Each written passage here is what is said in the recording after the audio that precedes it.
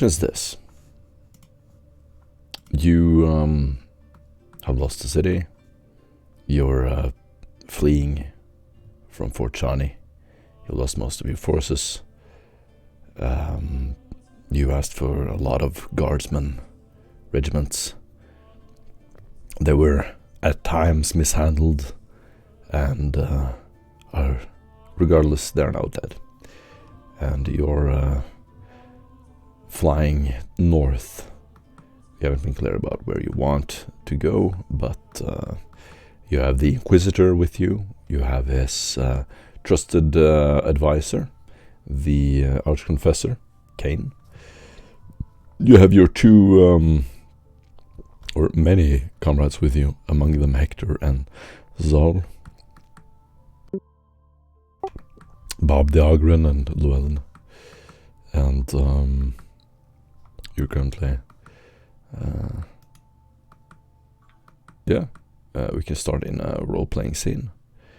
Where Arlene, you're also on the ship. Before we start, can I come up with an explanation why Arlene wasn't around? Yeah, that's cool. Go. The last thing I remember doing was opening a portal to transport a bunch of troops through. So perhaps she opened the portal, and like the sustaining this thing is difficult, and you can only do it for so long. And she overextended herself trying to get more troops through it, and passed out. And she only comes to her senses now, and she doesn't know what happened. Nice. As you get up and move around the ship, you walk into the hold, where you will find the rest of the group. There's a little makeshift desk set up in the middle of the room. As soon as you enter, you smell this metallic,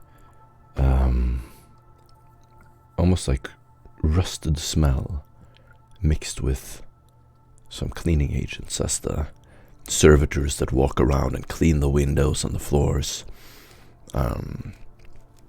due to the lack of water, tend to use too much of the solvent in the cleaning, and it smells very strongly of this synthetic chemical cleaning agent.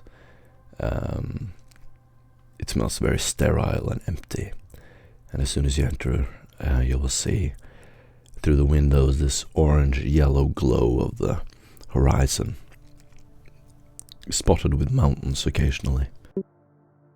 No sign of the Eldari where you are currently, or the Tyranid invasion. As you walk into the room, you will see the golden light sort of hitting all of your faces from the side, casting huge shadows on the opposite wall. Every movement plays this shadow theater on the opposite wall. And as you enter, you'll see Daniel slowly turn around in the middle of a conversation. Zeta Beta leans up from repairing a device as Bob stumbles through the door with you. And Bob, what do you look like? If you want to quickly describe your character. Bob is in, well, basically basic flak armor. He has scars all down his body. He has what he called a heavy bolter on his shoulder and a big grin on his face. Nice. And what he called to introduce himself by going, so the young Mr. Rickott, he's teaching me how to read. As you say that, Arlene, what do you look like? Briefly. Arlene? I'm going to be Inquisitor someday. Nice. Arlene is wearing, I think it was Enforcer armor with a robe over it, and she looks pretty pale right now. She's wincing and rubbing her head. And when Bob speaks in his loud, booming voice, she winces a little harder and takes a step away from him. And Awesome. she's Daniel. Daniel, resting in the sitting position as he's trying to recover from his turbulent trip within the Eldars, within the Farseer's mind. He takes some adjustment to remind himself how it is to be human again. As his consciousness returns more and more to his body, his senses are assaulted by the cleaning agent's malignant stings upon his eyes. He's not doing good with his armored glove, discerning an enforcer carapace armor underneath his fanciful robes that are mainly tattered by now. Shows that he did not have time to clean or prepare his armor from the previous engagement they have partaken in. The plasma gun, with its plasma flask still 1/8 of it being empty, discerning that he has seen some action in the field in the past 24 hours. Nice. Zetabeta.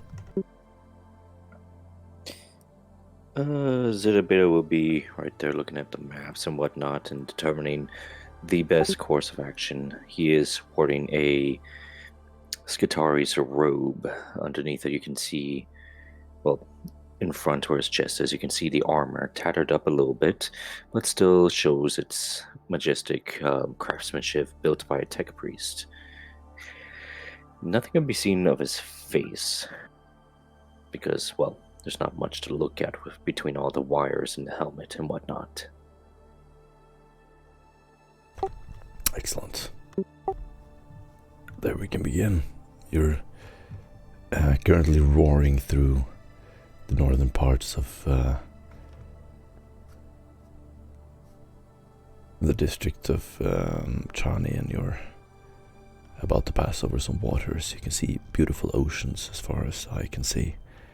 The planet looks peaceful and inviting, but your thoughts still ring with the memories of a guardsman screaming into your microbeads for help and the last gargling sounds of dying men as you flew out of Vox range. There are still a few wounded men in the gun room and in the sickbay. As you walk around, you feel a tremendous heaviness of responsibility as to what's going to happen next. The Inquisitor is currently resting, having been corrupted by the forces of chaos and only brought out by a heroic acolyte who is much spoken of in your circles, and by a device that shall not be spoken of. He needs constant care in order to operate, and Cain tends to him all day round. You're in charge of the operation, and there's kind of this eerie silence that spreads through the room as you all step in and look at each other. And that's where we can begin. Bob, I'm very happy for your learning. Can you keep your voice a little quieter? Oh, sorry. I don't mean to cause any trouble. It's okay. Just try to modulate it a little. Oh, my head hurts. I think I overexerted myself a little. How much did I miss? Wait, where are we flying?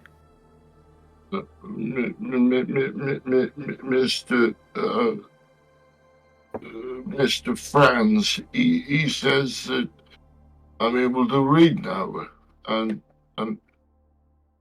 I can speak my words. Oh, that's great. I never heard of a Ogren who read, but that would be amazing. Like that's amazing. Good luck with your learning. I see that you're still in one piece, brother. Well, mostly. At the moment, I wish I wasn't. Can't say I'm doing better far off.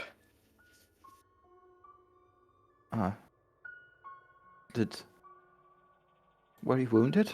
She looks over him. Well, as much as you can tell. If he was wounded, I would have repaired him already. And I'm very sorry I didn't give the opportunity for you to do that Zeta Beta. However, now I'm just slightly fatigued, and I'm suffering a bit of a psychic backlash. I will recover in 5 minutes.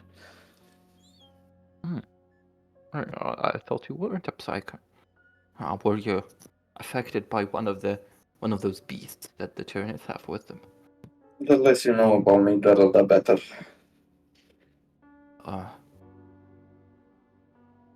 As then we will turn. Hector, make sure that either you or Llewellyn keeps eye on the prisoner at all times. We don't want a rogue farseer on the ship. We have a Farsi on the ship? Stand guard for the prisoner? I'll be delighted. There's nothing more important I can do. At the moment, He gives a very ironic raise of the eyebrows. Well, would you rather have to explain to Kane that we have to work with the Eldari? He ignores you. Walks out. I'll say whatever. Guardsmen are still in one piece. But yeah. Do we have any method of blocking her powers? Currently, the runes we found in the cave are suppressing its powers, and it's in a deep meditative state. Thank the Emperor. That's a scary prisoner to have. Yes, but I'd rather still have a human pair of eyes looking over it. You'll see a meaty hand go up, go. Is it one of those like little,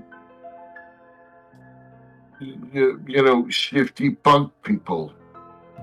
No. Like taxi, like spakes in your head. Similar to that, but no. Anyway. Do you want me to smash him? No, this will be to the regulars to keep watch over. It's still a useful asset to have at the moment. But yeah. Tell me, Doyle, have you ever thought of committing the major heresy while in working with the Inquisition up until now? What? No. What even brought this question? Well, the fact that all the souls you can detect on this ship is all that remains of the Inquisition, and that I'd rather have a parade victory than a contrary defeat. She takes a step back, looking stunned enough that she stops caring about the pain in her head, and she says in a quiet voice, "We lost, didn't we? We're running." If you want to think of it that way, yes. Oh, the Emperor! The entire city? Did any of them get away? The Inquisitorial assets all managed to evacuate, as well as 4 guardsmen. That's it. I can go in great detail as I had the privilege of seeing outside one of the bulkheads as I could intricately describe the looks of the last defenders of the city, filled with hope as we flew over them and the desperation as they realized that we were leaving. But I don't think you want to hear that. You left them. We I did. we failed. She Why did you leave them? Because it was their destiny to die for a greater good, and it's our duty to make some miracle out of their sacrifice. I'd rather have them die for something than die for nothing. They was my friends. Yeah, You left.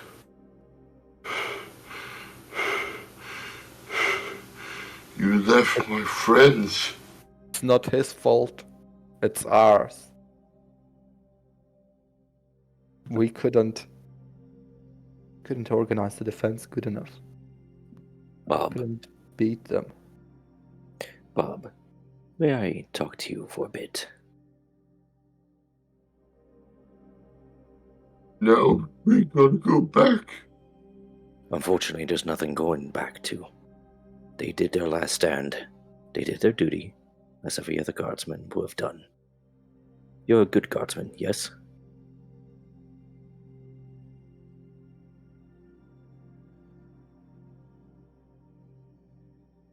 We gotta go back. We cannot go back. You're getting his They're in the version Emperor's right. house. They're in the Emperor's house now. They're waiting for us.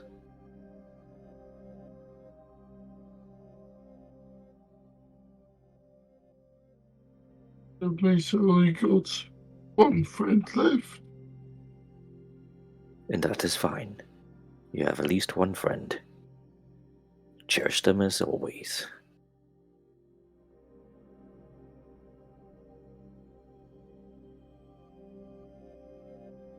But then she's gonna, what do you call it, put a big slab hand on his face and just wipe it.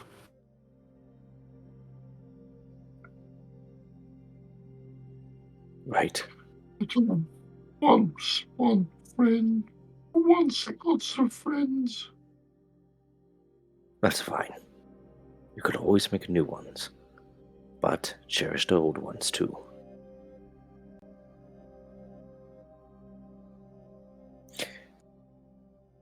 I'm gonna lift up Doggo and present Doggo to this massive ogre.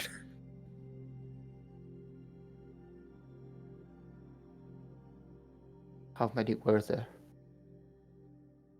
What was the civilian population of the city? Does anyone know? doesn't matter. At the moment, it's 0. And dawning over it will not help us. Does to me. Her voice trembled slightly. And I guess you have some investigating to do until our next operation. Somewhat.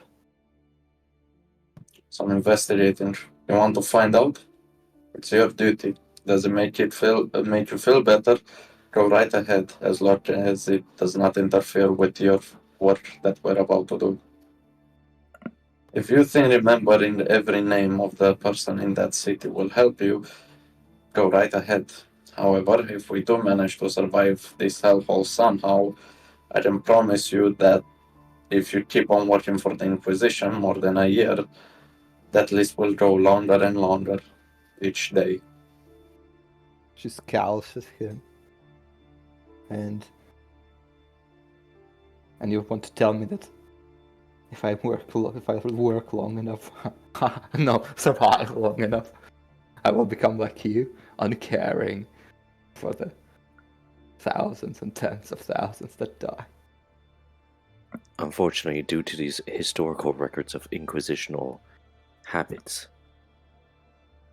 and of course, not to mention the Imperial Guard's history, dying by thousands and millions for hills, for cities, and sometimes just one building.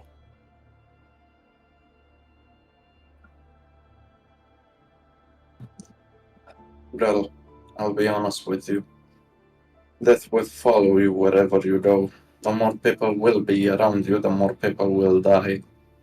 This is not what I think, this is a guarantee. What I do not care for their deaths.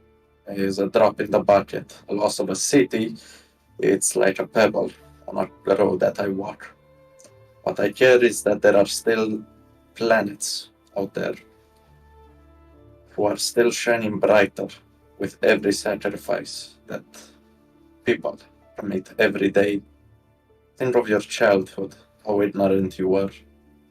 Do you remember a moment in your time where you had no worries, that you could benefit from the sun shining upon your visage, the warmth of your family's voice caressing your ears?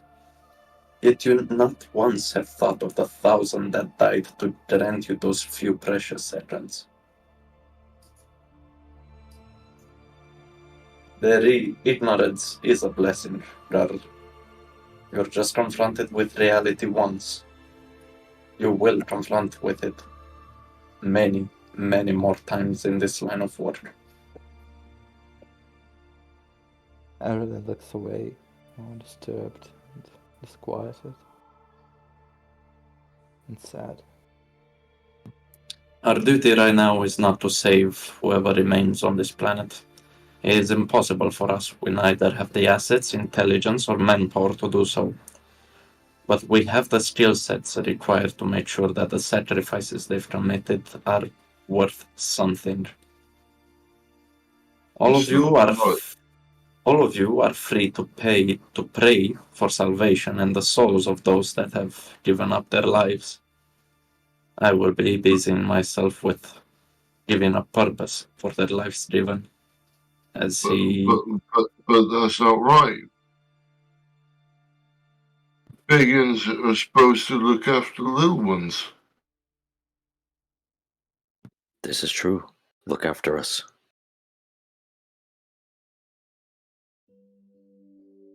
But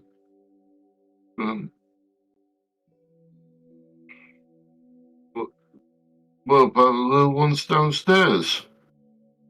Unfortunately, they're done. They're no longer little ones. But you have little ones here that need an Ogren.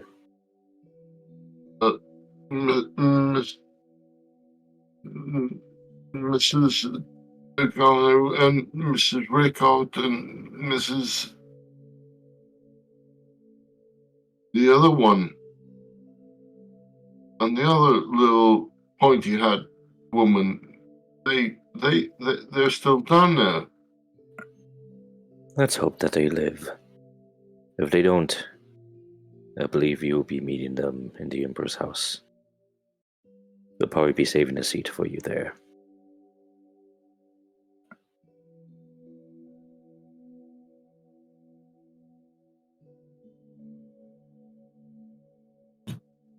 Doms wants to go. That's fine. Go when you feel like it. But for now, you have us to watch. And I have work to do. Aerolin looks up from her distress. And she turns her head to Zetabeta, and surprise is obvious on her face. And she says quietly, "That's kind of you to say, Zetabeta." These are records of my donor. He had a soft spot for Ogrins. He said they were like children. But very inspiring children. Filled with curiosity, some with rage, and some with dreams like any other human. At first, she looks very skeptical, but as Zetabeta continues to speak, she glances at Bob and nods. I guess I can see. They're very much human, just like you and I. We're just a little bit more complicated than he is. that's one way of looking at it. See here, he looks at things as in black and white. Yet, ones that have lived longer than us, and also ones with programming like myself, see things by the numbers, by survival, by tactics, and by the unfortunate circumstances of our situation, which is that we cannot save everyone. It is now becoming a number. What used to be how much can we save turns into how much, rounded up to how much that can be saved.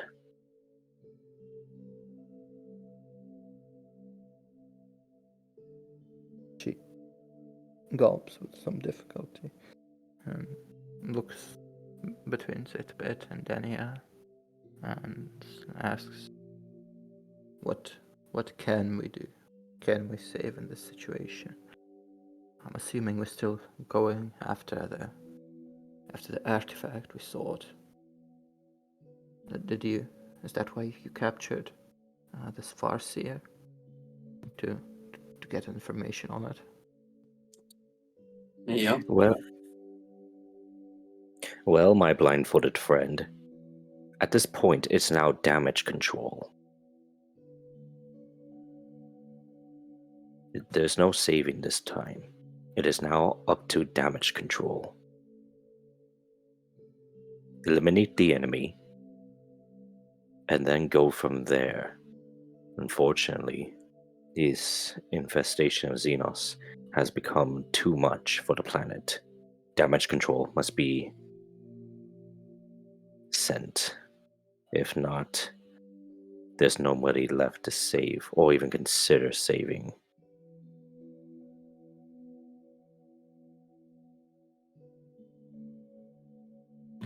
If it helps you, Arlene, this planet probably will be subjugated once more by the Imperium. There are forces on their way to do just that. Unfortunately, you, me, and everyone in this craft is not on that list. They will kill us. What? Why? I thought you said Inquisitor was with us. He is. But the same people that tried to assassinate him on Blood McQueen also come here to kill the rest of us and finish the job once they realize he's still kicking.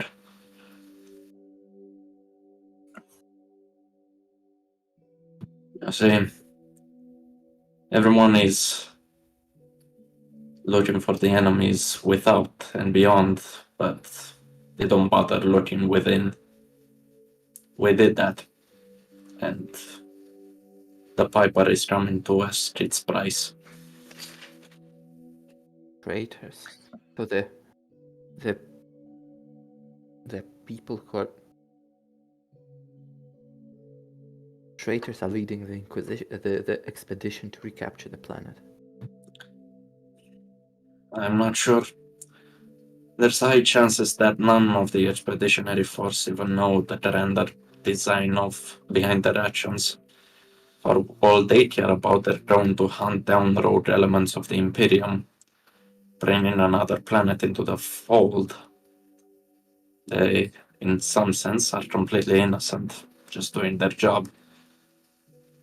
They are just not aware that what they're about to do will lead to the destruction of Askellon. For all they care, we're the bad guys. As I have read it in one of the records of my donor, the Inquisition's quote is, "Innocence does not excuse you from being guilty." That it doesn't. But it's Many also think the Inquisition to be cruel. It's not. They're compassionate. But Some of it is absolute necessary. indeed, the Inquisition believes that it's far more crueler to subject 100 people to death than killing a singular person that could be considered innocent. It's not their fault that they've been corrupted. And it's not by their choices they were at the wrong time, at the wrong place. But through that person's death, thousands yet to live, is an act of compassion. One committed with a heavy heart, but the Inquisition has the will to push forward. Innocence means nothing, indeed. And only the bravest Well, refuse to uphold this motto. well, I just don't know what you're talking about, but I know it's when a fight happens, I's gonna look after you, and I'm gonna look after Mr. Rickard.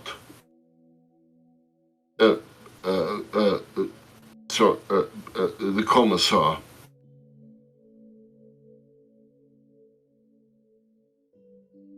Because you's the only ones I got left. All my friends have died, so I will look after you. Don't you worry.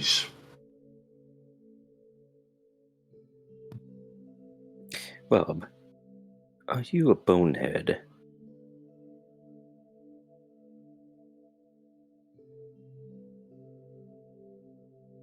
I don't know. May I look at your head real quick? Okay. Yeah, give me a boost. And I'm just gonna kind of get up on his shoulders, give me a boost. Yep, just put your hands there. Yes. Okay. Here we go. Up. And I'm just gonna look at his head, see if I can find any augmentations, anything that was left over for a bonehead. Yeah, you'll see a scar. Oh, interesting. Bob, you're a bonehead.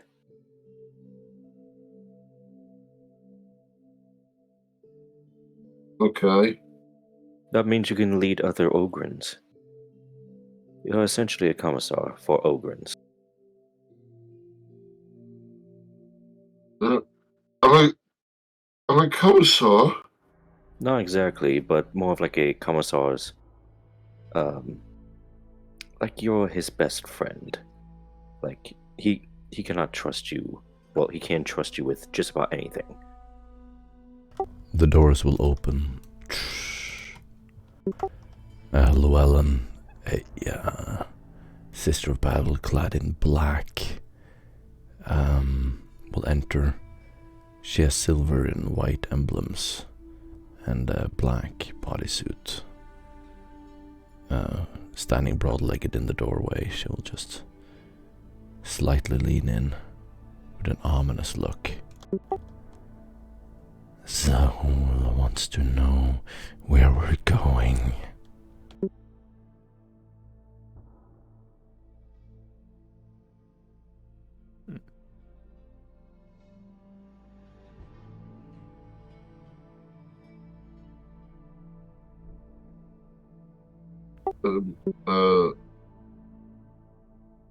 But Don't mind us. I'm just looking at his brain. Also interested in that. Where are we going? Are we going to the port? The port? Oh, the port. Splendid. She will nod and walk out the door. I wonder how long it'll take us to the port. Who needs their weapons looked over? oh no, but she's scary. I think I'm fine. Ireland seems to, after listening to all that was said, she seems to focus a little and get more. She gathers herself up a little.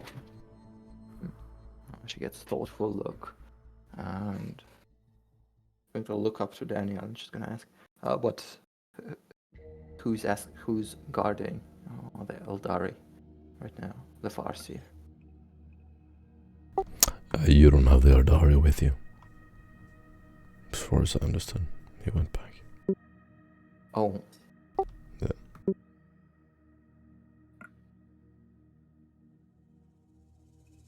Okay, guys, what do you want to do?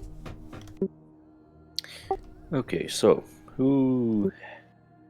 I got nothing for that. I can bring you back to the world map if you'd like. That makes it easier for you.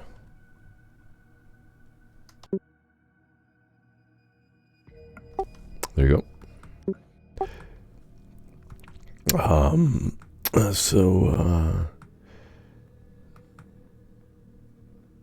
As you know, the navigators have met in the city. You haven't seen exactly the updated situation yet, so you don't know precisely what's going on, but navigators and Tyrannid have both arrived in Port Olympia. That is where the artifact was rumored to be. So there is a hunt for the artifact. Some believe it will make them a god. Some believe you can control the warp storm. But all agree that it is very powerful. You're currently right around the water edge down here.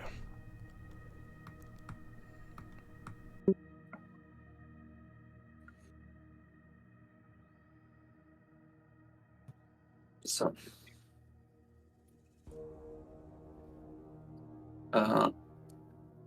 I'm gonna inform the Archconfessor about our course of action. What is your course of action? We're about to meet with, and I'm sorry for my butchering of this name, Altriad, the Altrat, General of Battle, as we've managed to contact him psychically. Makes sense. And and of course I informed the confessor Testing. about this. I will plan to. What is his disposition at the moment?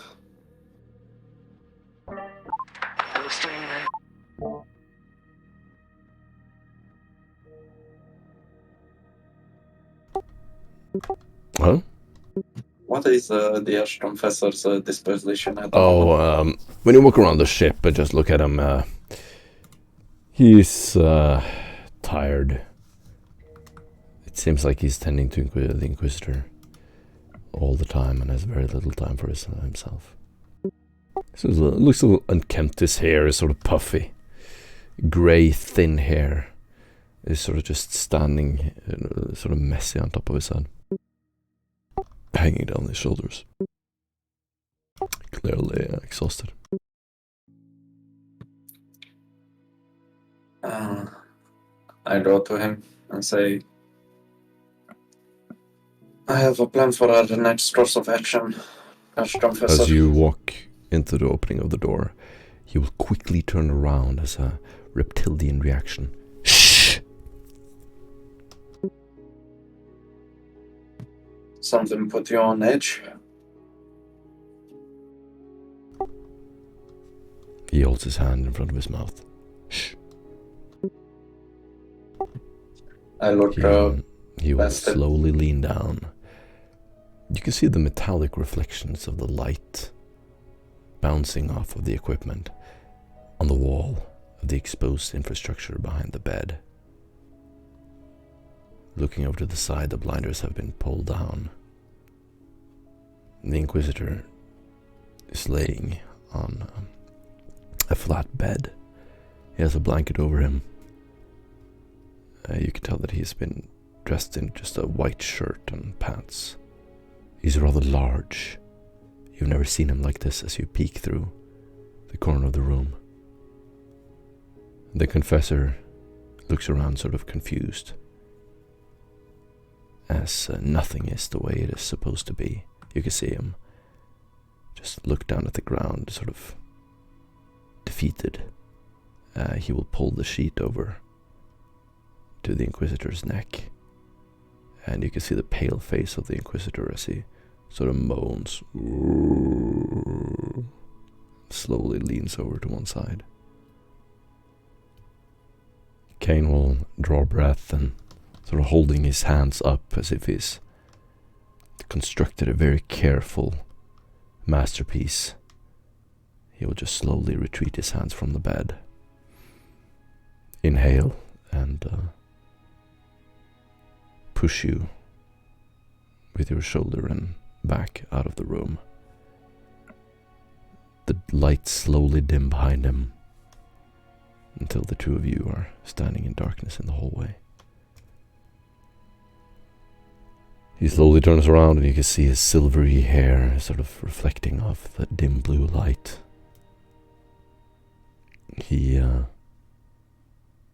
looks at you and you see his hazel eyes coldly staring into your soul as the door closes behind him.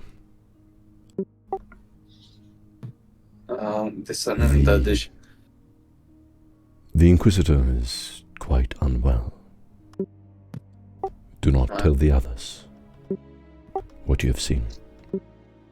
I could have gathered of that, even by your disheveled look and the fact that this craft does not possess the necessary facilities that the Inquisitor current condition is accustomed to. What would you know of the Inquisitor's condition? I know of the price. Speak! Why are you here? We have a course of action. It is not sanctioned, and it's even radical by the Inquisition standard.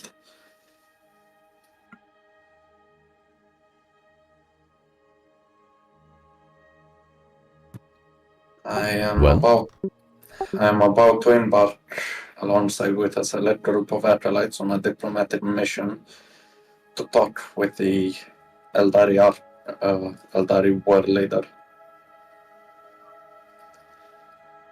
They're Altrak, hoping that by some miracle we are able to obtain the device. He begins slowly buttoning his ornate ecclesiarchy robes, adjusting his jewelry, looking back up at you.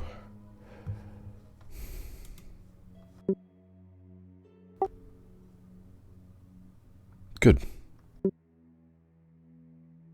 I expected more resistance from a confessor. We already agreed.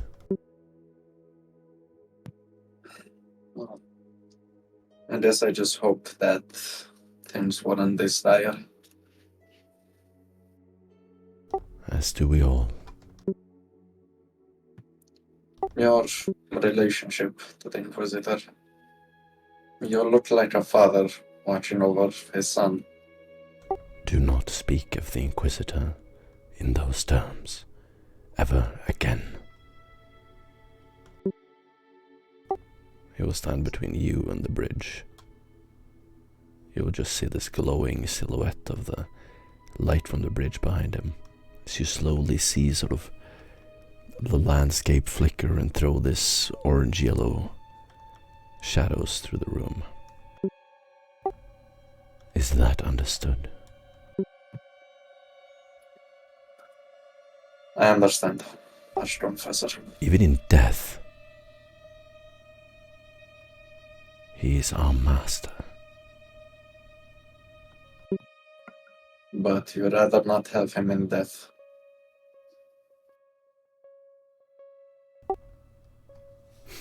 Do an influence test.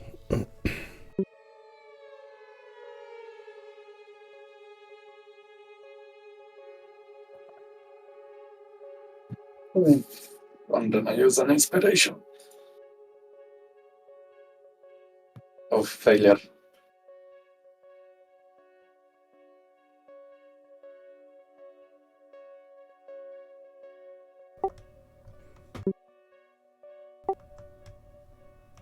Even in death, your duty to him does not end. Is that understood?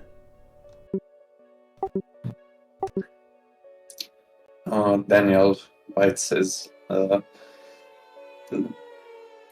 Daniel's face doesn't betray his internal thoughts, and he bows his head slightly, saying, "Of course."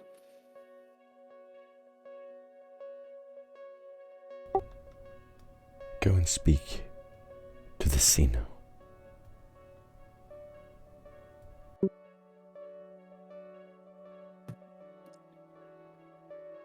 I will. If you could, I pray for me as well as the acolytes I'm gonna take would be appreciated. He nods and slowly follows you. As you enter the hold, you will unceremoniously enter, sort of rubbing down the arms of his coat.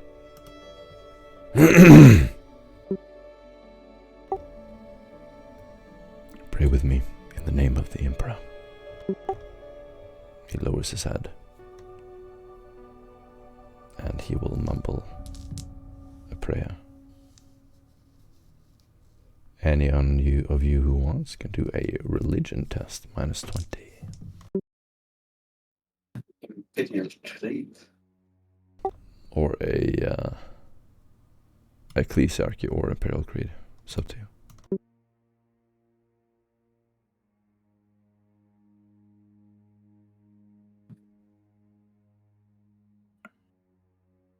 I don't think I can do any of those things. That's a flat success. I'll give it a try.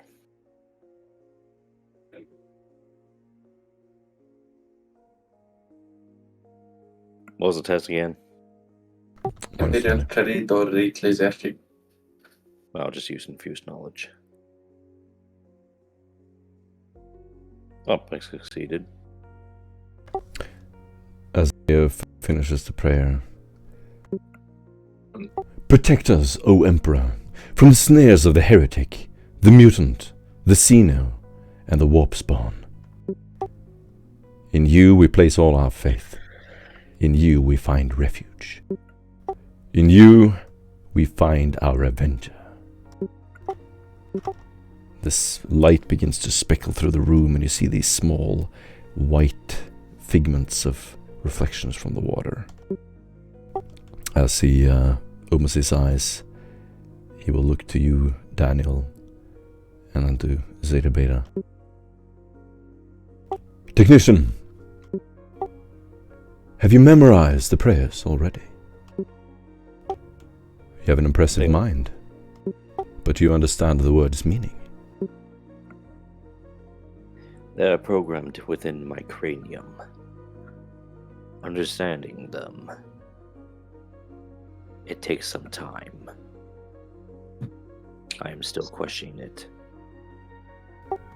It is not the first time I've heard it, yet my understanding of it would prove far different than yours, Father. You were once human, like me. Fully human. But you still have your mind. You are still attached to the Emperor. I am sure you feel it when you pray, don't you? I am still attached to this All-Messiah. To the Emperor. He leans in. ominous glare. According to the records of my donor, the Ecclesiarchy... I do not care about the records of your donor. Can you sense the Emperor's presence? I sense a presence. Good. He looks to you, Bob. Sort of his eyes just sort of jump around in the room. And he finally just nods, turns around, walks out.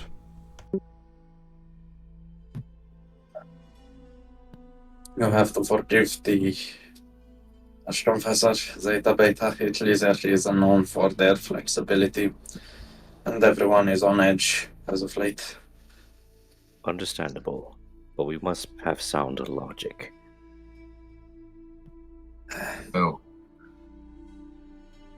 Well, he's a bad man. it's just You get an inspiration point.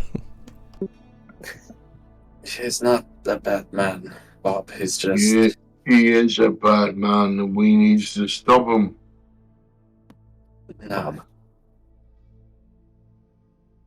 He's also lost many friends, and he's a bit sad. Bob, he has lost many friends, and he is very angry. Do not take him being upset as a sign of him being bad. He is just simply angry. I is angry, and I's gonna stop him.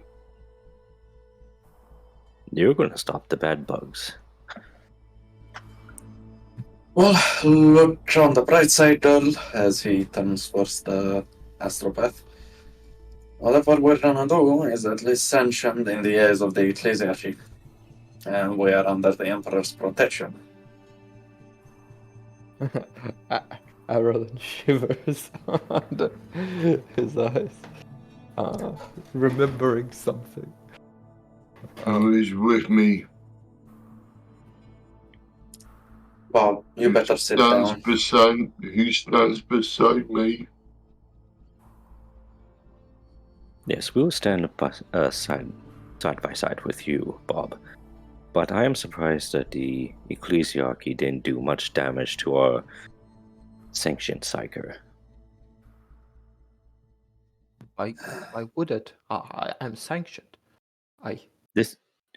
This is true, but according to records of my donor, he has a distaste for psykers. Records showing that they have a tendency of exploding, summoning things. I don't scare. It hurts my friend.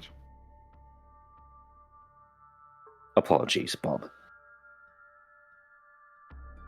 These are just facts that I'm reading off of. Bob, we What's we gonna do about it? Zeta Beta, you get an inspiration point. Bob, we cannot afford any fighting, especially with the Ashramfasar. He is trusted by the Inquisitor. Raising the hand at him would be the equivalent of raising the hand at the Inquisitor. Not to mention the Lord to which your friends have pledged their lives to. They would betray not only the persons here living, but those that gave their lives. And you are no traitor, not to your friends, are you, Bob?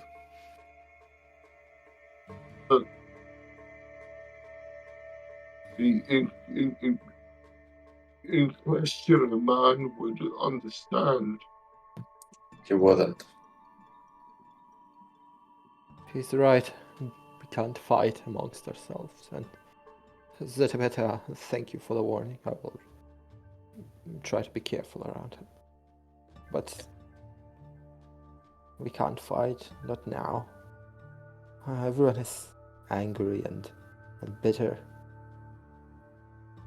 But if we start fighting, everything will be lost.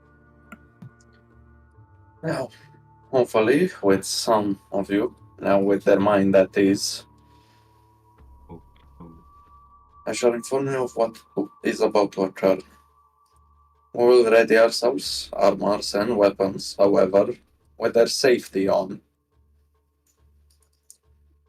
We're about to embark on a diplomatic mission to the Eldari's operating base.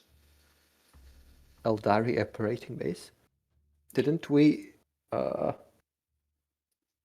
abduct their Farseer? I would say unlicensedly requisitioning their Farseer, which we will return at Maybe a later date. wouldn't that make them upset? And I think I remember about something about the previous attempt at diplomacy with Eldari going badly. Oh, yes, I did. Unfortunately, now they are, and pardon my choice of words, they're as fucked as we are.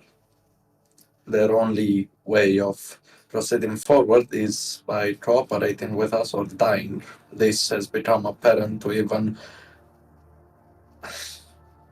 I was about to say something about their lack of vision, but I guess you understand, don't you, Dad?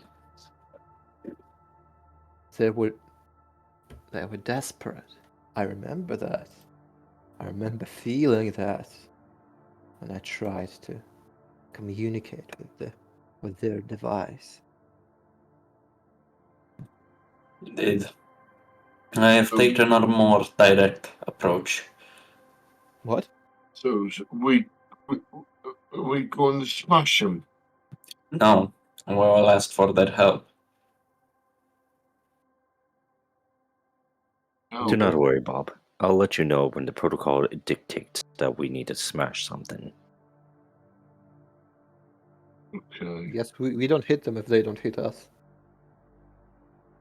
Either way, I suggest you have your weapons on safety. The moment we enter on the premises of their base, whether we live there in one piece or not is not up to us.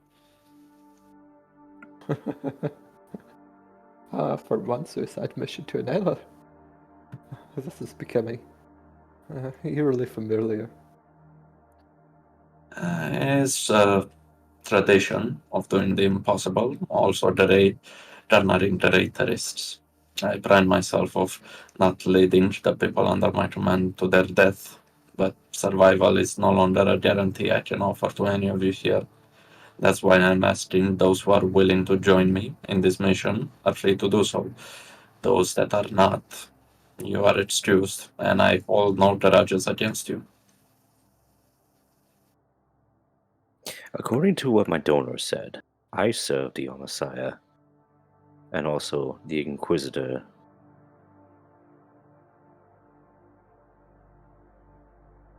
So I shall go. Aaron looks away momentarily, looking doubtful, and then looks back up at Danielle.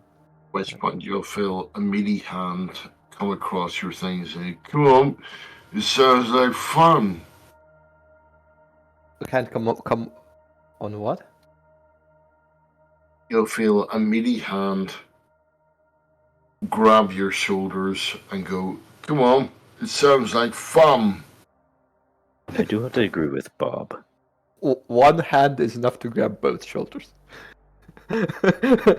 she like stumbles under the weight, and chuckles, and she says, "Thanks, Bob. You're gonna need a psycho with you if you're meeting with Eldari." It's okay. I'll look after you. I'll make sure all the little ones get home.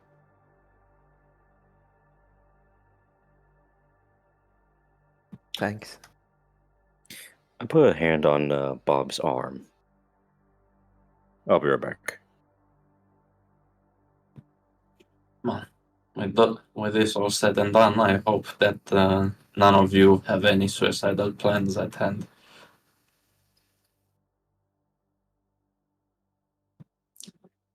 This will be a dangerous mission, and I hope everyone gets out of there in one piece. After this, I'm going to be a commissar. Well, let's hope you get to live long enough to see that happen.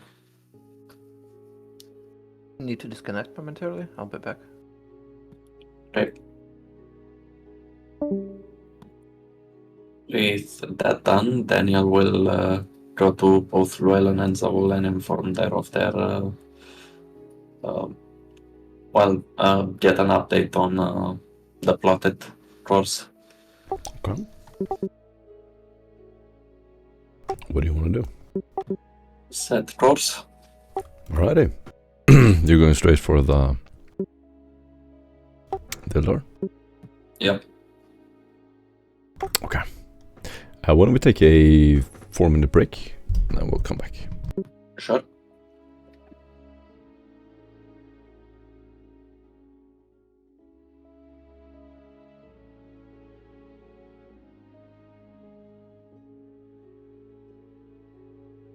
Hello?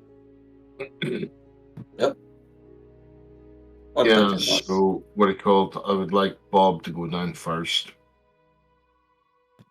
Whether you're first or not, it doesn't matter. Yeah, But it's best if we don't bring a weapon first. We won't want them to get the wrong idea here.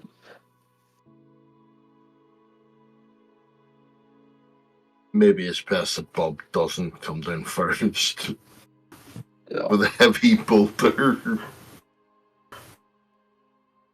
It's like feel free to be in the bed with a heavy bolter. You're more like a promise that if they fuck around, they will kill us, but we will bring as many down with us as we can.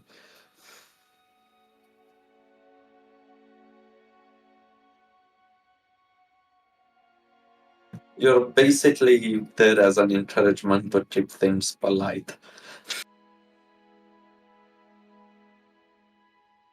I'm sorry, what was that? Bob is there to enforce the idea of keeping things polite.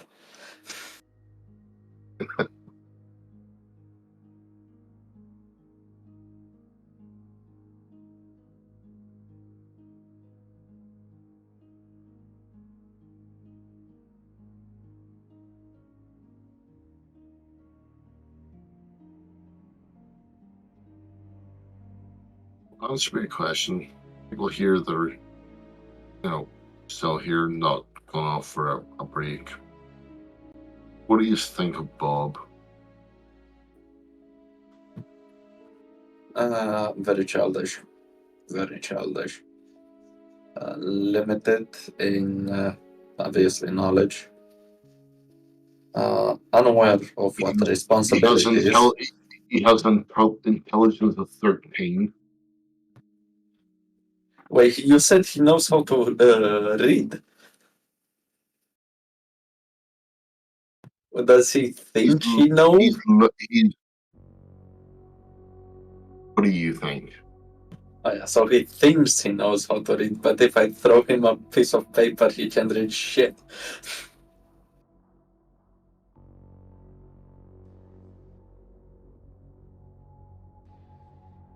With intelligence of 13, what do you think?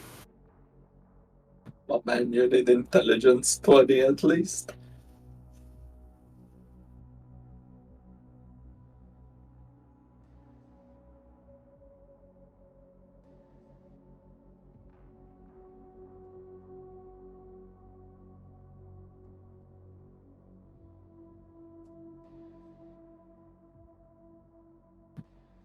Yeah. In all fairness, the commissar. To be fair, he is fucking great. I kept shooting Eldari in combat. He is fucking great. I kept shooting Eldari without any issue. Well, he can point and shoot, and he can, hit them with, the butt of his gun. No, dude, don't need to fucking. They ain't gonna be that close, trust me. Have you seen the range of your gun? Mm-hmm. Yeah, you can pretty much, I think you can hit up to 300 meters, and it's still standard range.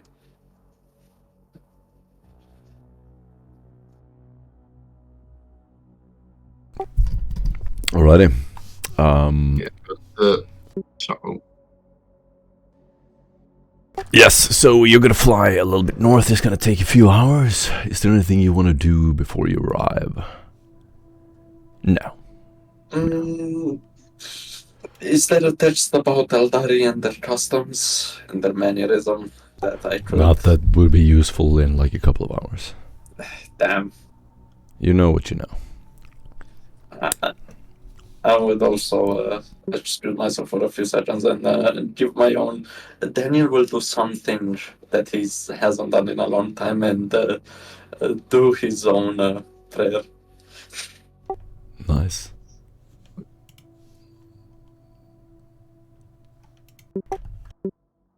Anyone else want to do anything? Bob's gonna come up behind him and go and say, "What you doing?" A childish thing that I'm above.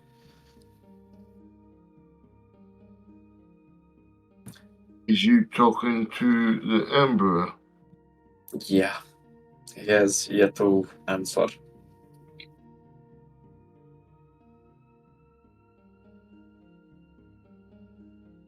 He asking about my friends. I'll send a message.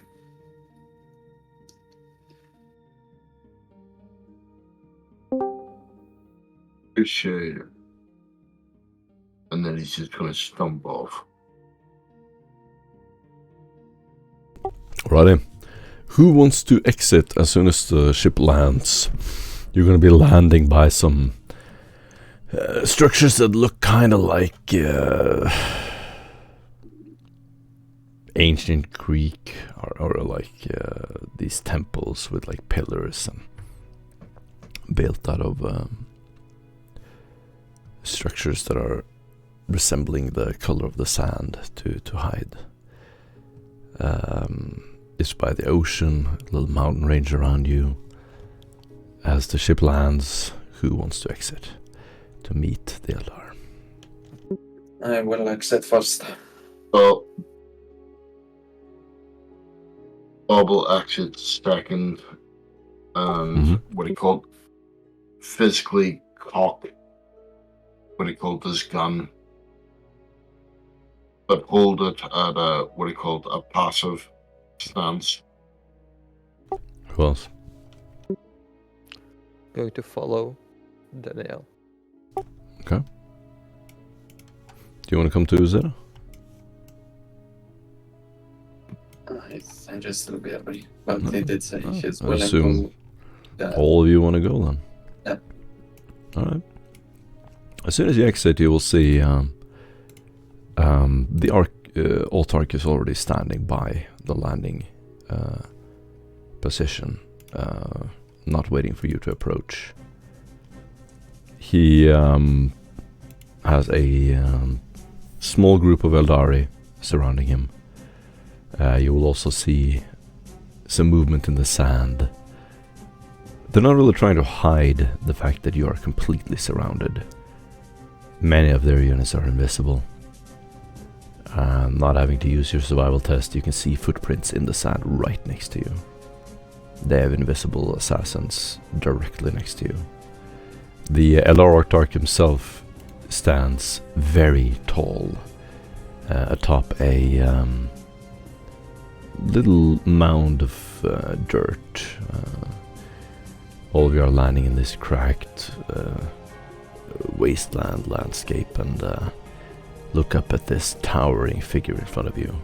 He is incredibly imposing, wearing a full battle armor. It looks quite heavy. He seems to not be threatened by your ship or by you at all. Which is quite surprising. You could blow him away with your ship weapons.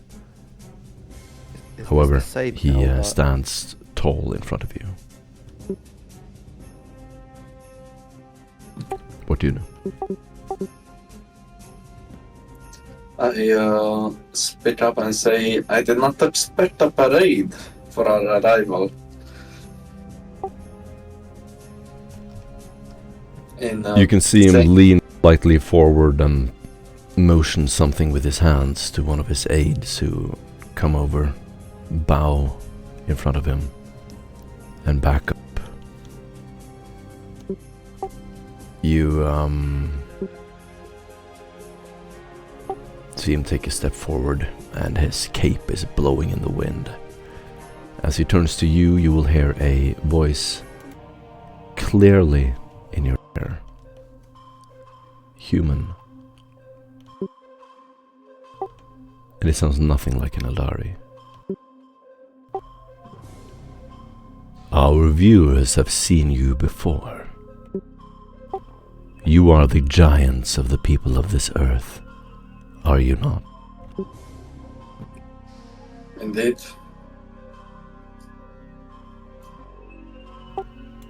And you are their leader? You can see his helmet slowly turn towards you. All of you hear this voice in your heads. Of course.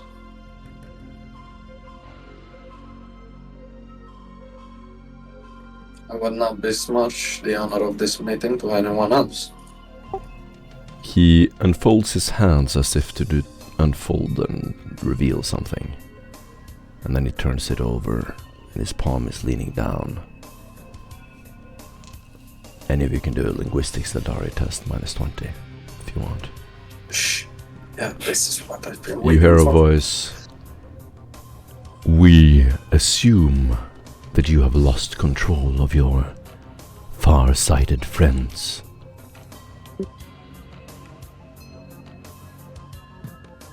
Such as before.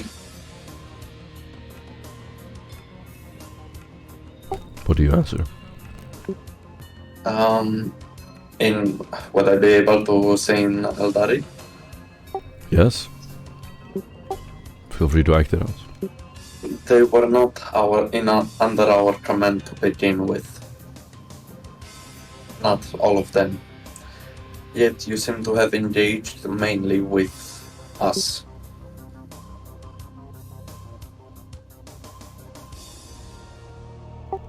Foolish monkey. Do you think that we started this war?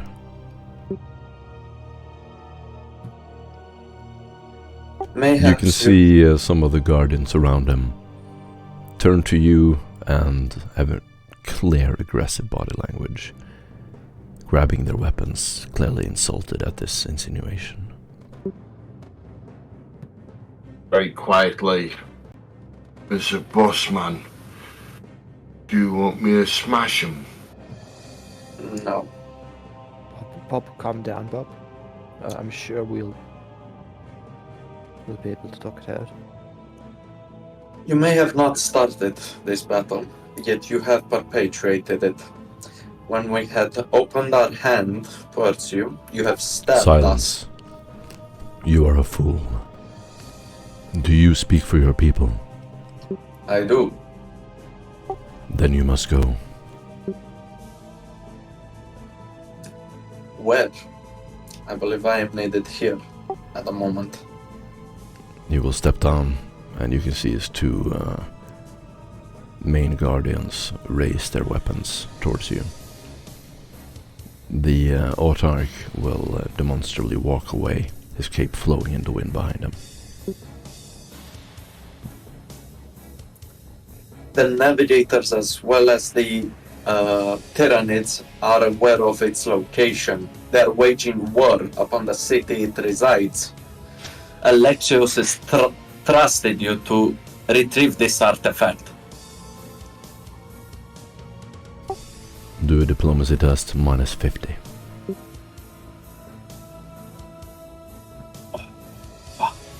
Me.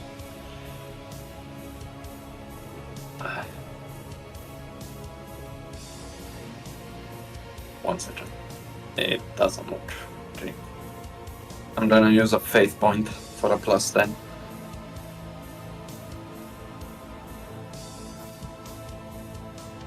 It's not gonna be easy.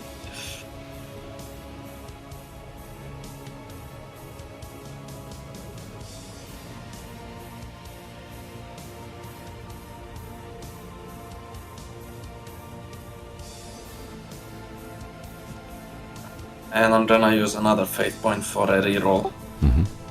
Unless I don't think I got an inspiration, did I? I do. Yeah, you can give it to him, Bob. Okay. Thank you, Bob. Success with 3! God, Ambassadorial Imperialis came in clutch. Nice. While walking away, he's going to immediately stop. You can see his head leaning forward as if he's intending to keep walking. His helmet slowly turns around and faces you. He will turn around and, leaning his arms on his belt buckle, you can hear his voice again as he points towards you, intimidating you. Do you pledge to destroy them?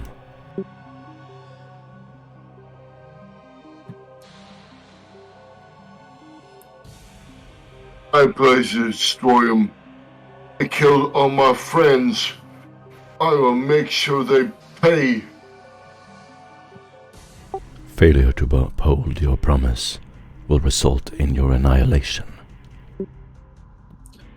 They have betrayed the interests of the Imperium, and they have raised arms in a critical moment against the Inquisition.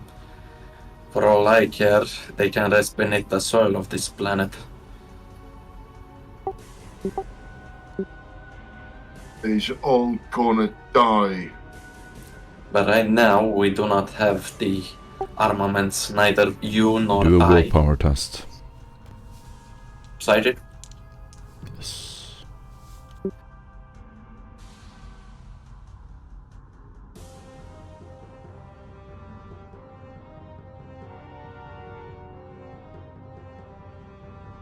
Ooh, success with 8. Nice. You'll actually resist him. He's going to seem annoyed and slowly walk towards you. Arlene, do a willpower test. Is it also psychic? Mm-hmm.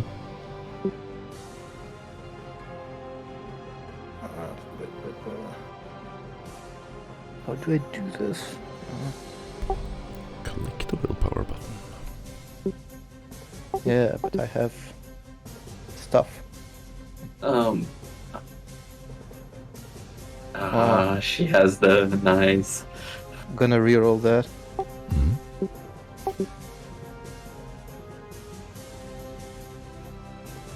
Mm-hmm.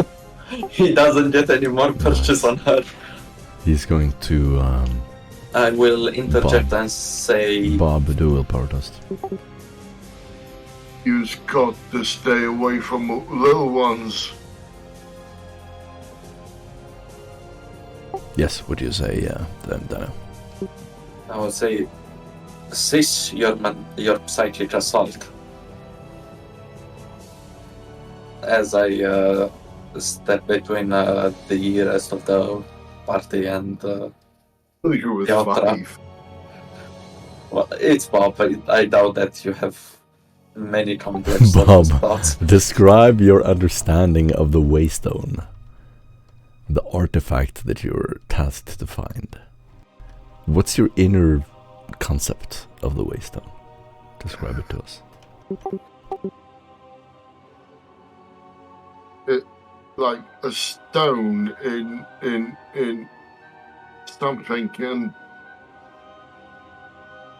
it's like the Peaky Hat Man, Mr. Rickard, and the other one said it's really important, and that's it. So wait, does this mean that the stone has a commissar hat since it's important? Don't know. That's brilliant. Does it? This is a mental image, right? Not his. Yeah, it's a mental image. Just be. Yeah. Does the Wraithstone have a hat? Is it like a cartoonish rock with a hat? With the commissar hat? That's important. So It obviously has come around. Okay. You get an inspiration point. The autarch will just seem furious. He stamps his foot in the sand, kicking up some sand, and will voice rather loudly. You are even more foolish than I thought. You know nothing of our artifact. The Wraithstone is an ancient artifact that was built when this world was terraformed by our ancestors. Before our people were forced out among the stars.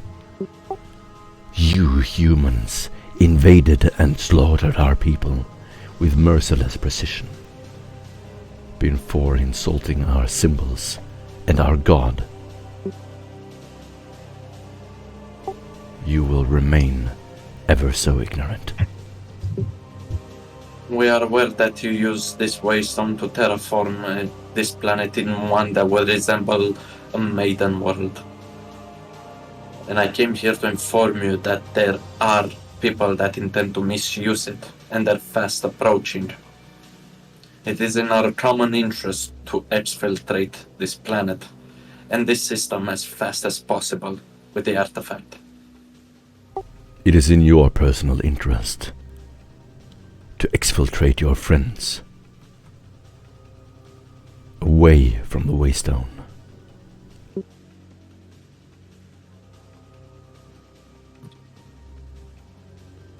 Do you have a plan of action? If you sound so resolute. He clenches his fist in front of you and will let loose a few grains of sand from his glove. It was through the ignorance of your ancestors that the storm was created. It can only be you who brings it back and relinquishes the corruption.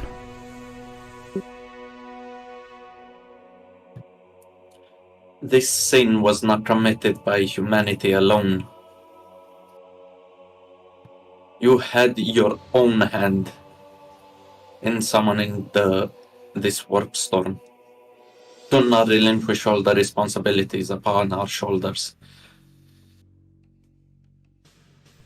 It was through your ignorance and your ancestors that the storm was created. Through your fight against us, you have strengthened the Tyranids and the far-sighted humans, who are ruled by a dark power. We could reach the Wraithstone first, but if Chaos or Tyranid do, then all our fates are sealed. This is your doing. Yet when we sought to understand it, you bloodied our noses. When we came with an open hand, you have drawn your weapons.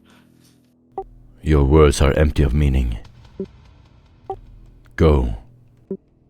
If you fail to defeat your friends, we will do so, and you among them.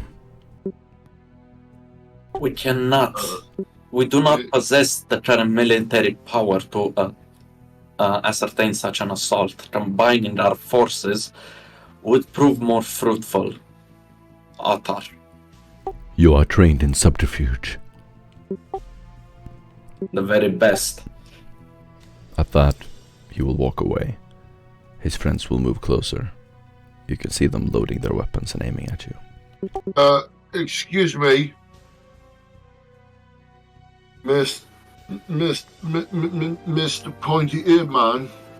One of the guards tilts its head slightly, as if he kind of finds you a cute and curious animal. His head sort of tilts sideways slightly, and he will lean his gun at your chest. Why don't you want to help us fight the bug people? I will place a hand. The guard will actually speak up. Fight them yourself. Why not you?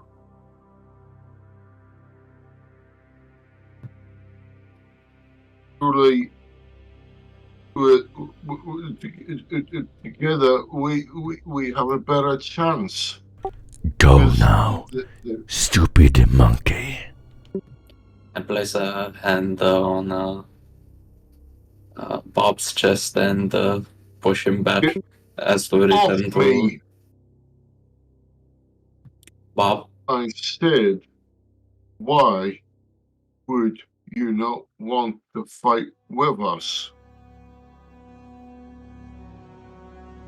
Bob, He will everyone slowly, here he will will be slowly living. back away. He will slowly back away, and you can see the footprints in the sand slowly start to back away from the ship. These cowards.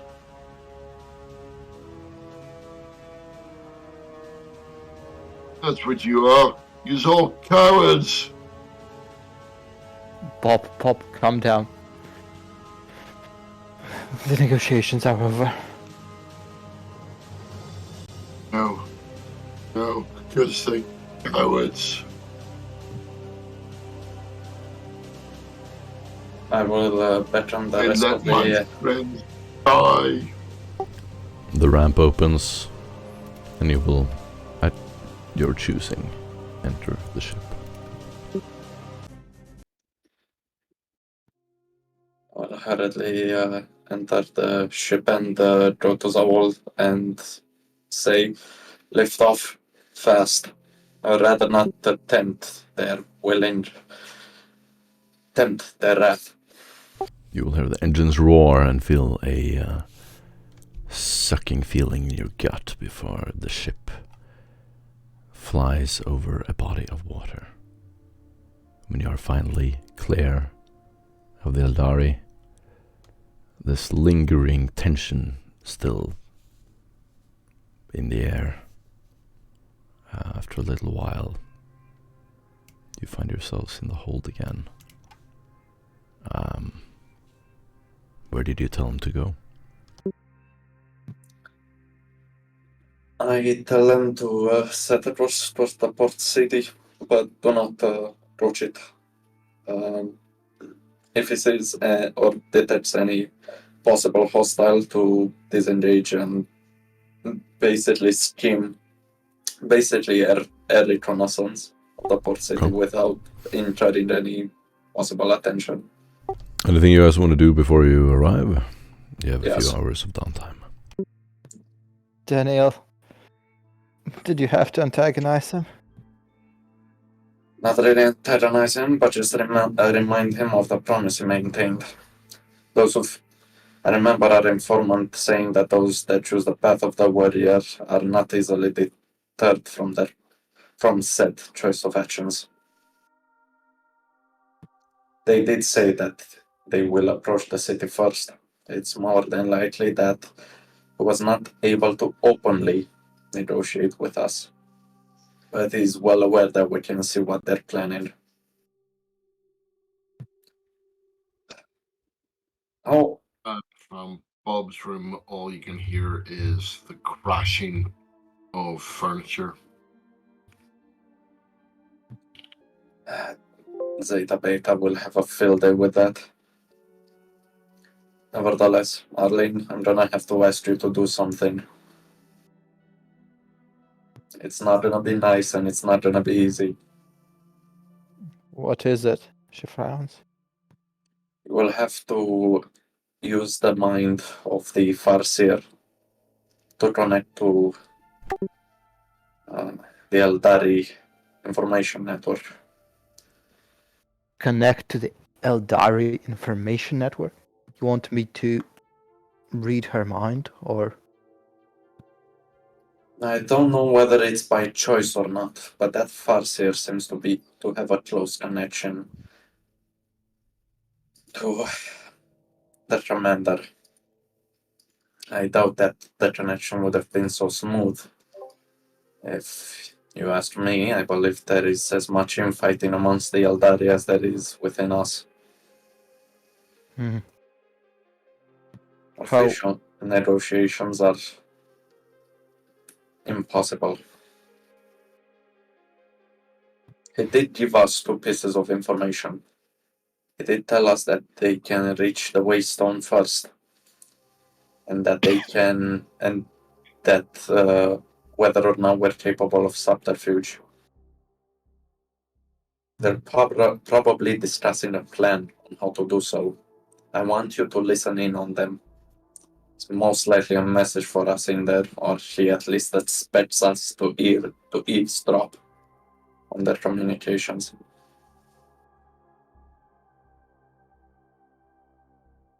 Aurelin looks away, looking nervous. If they're infighting, is there any chance that the Farsi would cooperate with us? I believe that it has been cooperating as much as it can. It could. Without betraying its leech or its people. Whether or not he will show the same level of cooperation now, I cannot promise. Or if this is even possible. But you will have to use your talents to do so anyway. Will he resist me? There is a possibility. Understood. I will do my best. I will assist you in the ritual when you are prepared. Oh, I didn't know you were a psyker. And many things. That is illogical. You are not a machine. Depends on the tech priest you ask.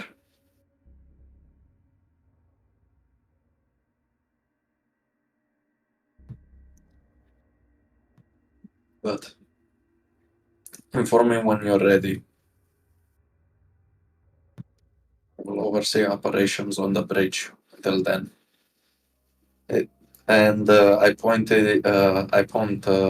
Arlene to a door in the hold where there are two irregulars.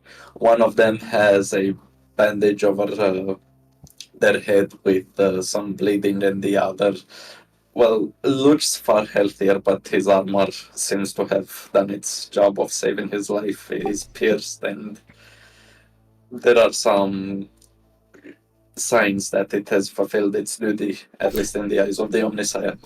Yeah, there are a few injured guardsmen and about a squad of 7 to 8. They're in half decent shape. The weapons laid out on the table next to the door.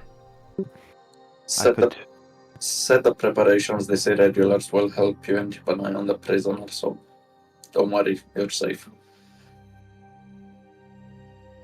I will. I could use a short rest. Lie down a bit in a quiet place. I am sorry. I don't think I can guarantee you that. Give me an hour and I'll be ready. Also, regarding the Eldari, Don't worry, miss.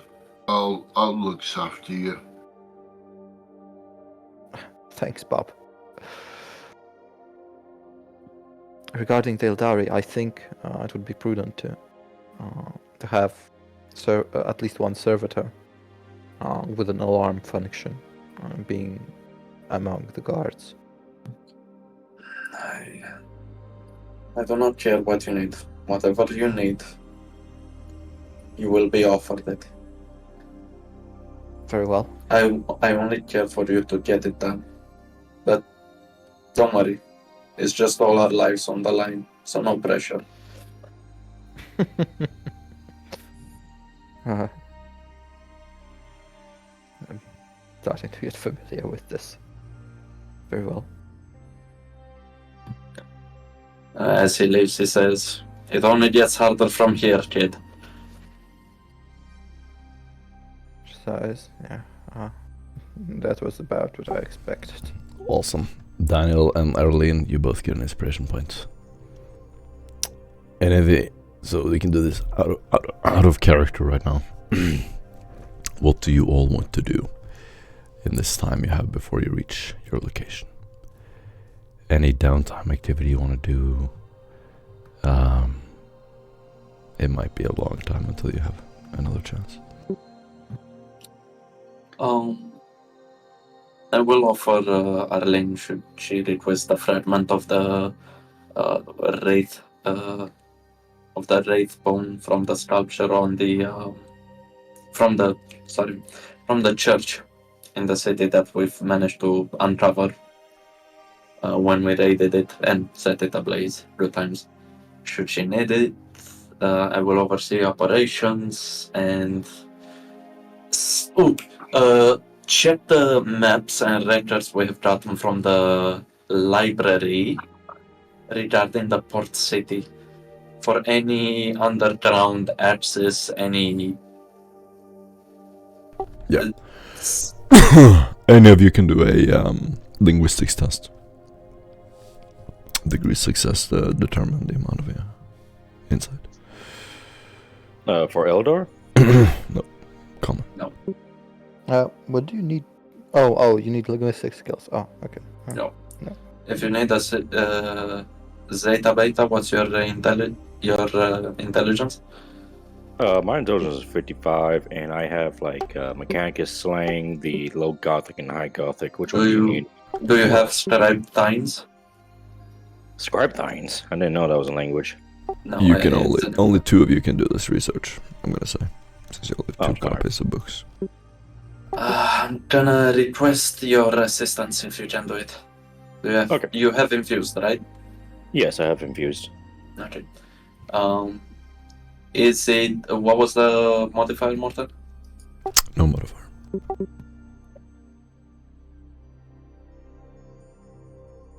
I would like to inspire that. Mm-hmm. I'm gonna use a fate point.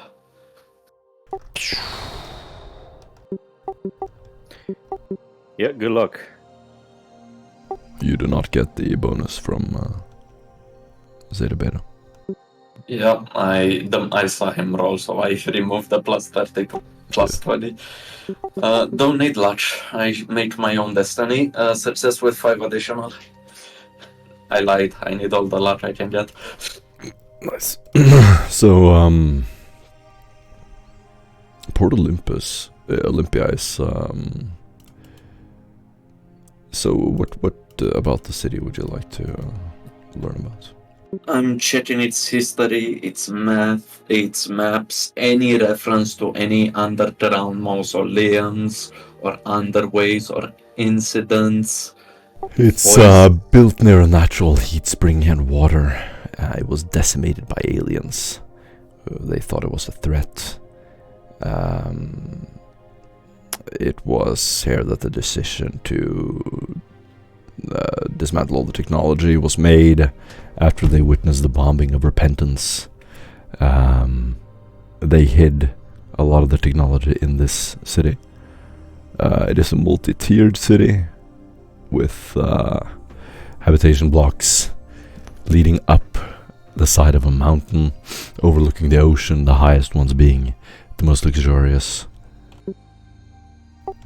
Underneath the habitation blocks are vast networks of infrastructure, and underneath that is the remnants of the beginning of a hive city that was built by the ancient people who inhabited the city before it was swept into the pandemonium. So there are vast underground tunnels under the city. Does the point of origin of the hive city coincide with the what was it?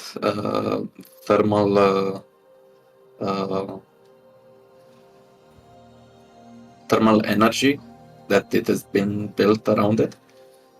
Yes, exactly. So they built it to take advantage of that early on, and then the more recent settlers, not using advanced technology, did not need that much energy, and have built the city on top of it. And they did get mentioned that they built it around this point of interest as well as the thermal energy, correct? Yes. So would it be safe to assume that if it's at the center of the city, what we're looking for? Well, what do you mean by what you're looking for? The Wraithstone. Oh no, there's no way to surmise that. So just standard Imperial hive architecture. Mm-hmm.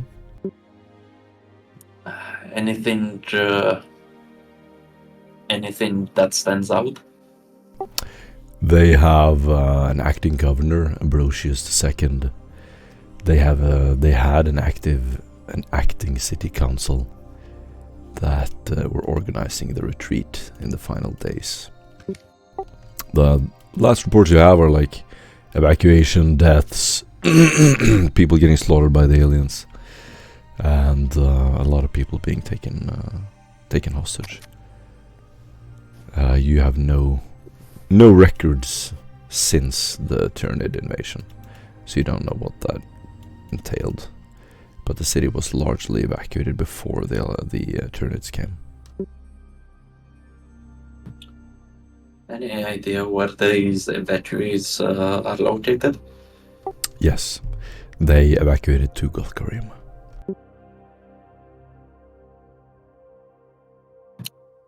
Yeah.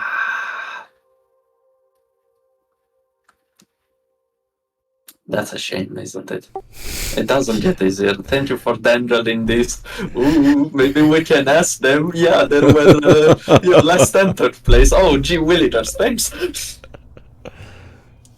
Well, I can maybe dig out their corpse from inside the Tyranid and ask them, hey, yo, so anything weird with your city? What legends does it possess? Exactly.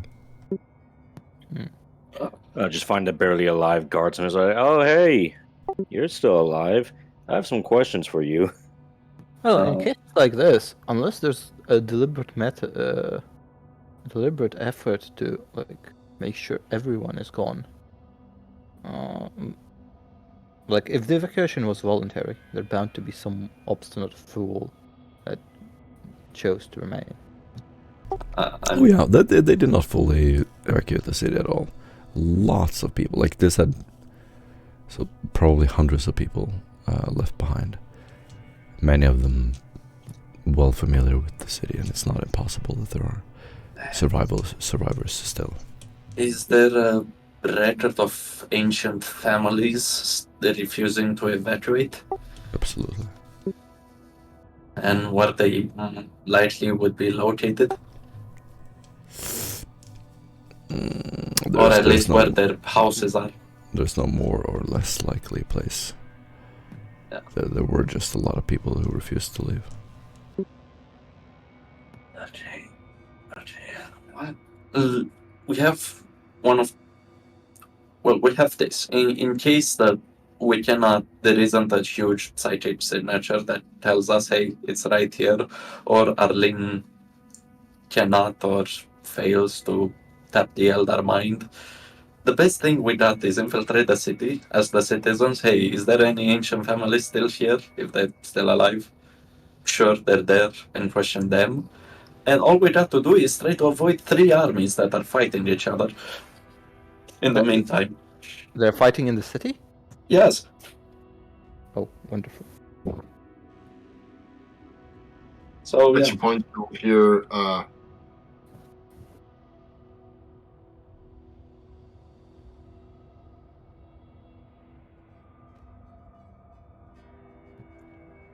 at the door.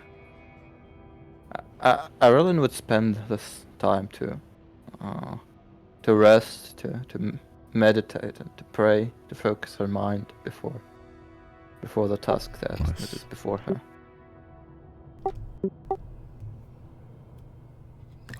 If there's anything else you want to do? No, that's it. Okay. Well, and what do you call it? There's a rap at the door of the sort of conference room. Well, it's probably just me, Hector, and some other acolytes. I open the door. And you'll see, what do you call it, a quite young commissar says and saying, quite intimidated by yous and saying, sirs, there is discussion amongst the men that we need to go back and save the populace. I would then turn around to the irregular squad captain. They're Is this sort true, of Captain? sitting on their beds and looking at you, wide-eyed. Currently just dressed in fatigues and combat boots and pants. They'll just look at each other. And their captain is sleeping, and one of them gets up. Yes, sir. Is there some concerns you want to bring to my attention? If we're going No. back, He just shakes his head slowly. Tell him what you told me, Commissar. I wish to lead a force to save as many as possible.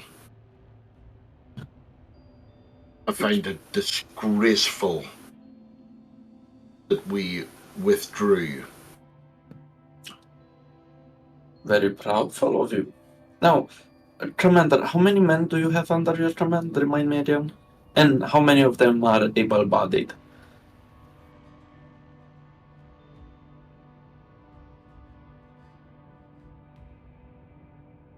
And I turn to the irregular squad captain.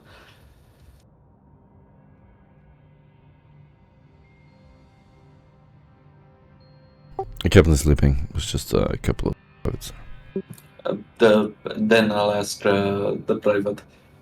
How many of your friends are still alive here and in one piece? And of which, how many are in one piece and capable of fighting? 7. 7.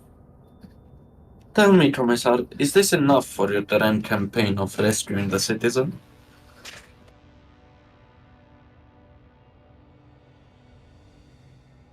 If we can save 14, then yes.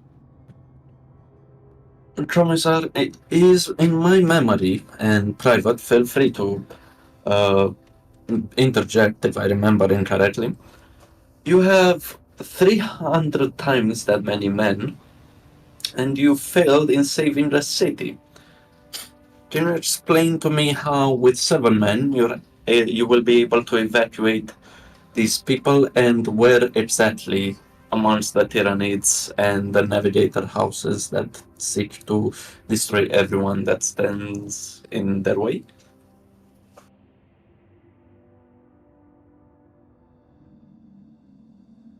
I assume you have a plan, correct? Are any of us present for this?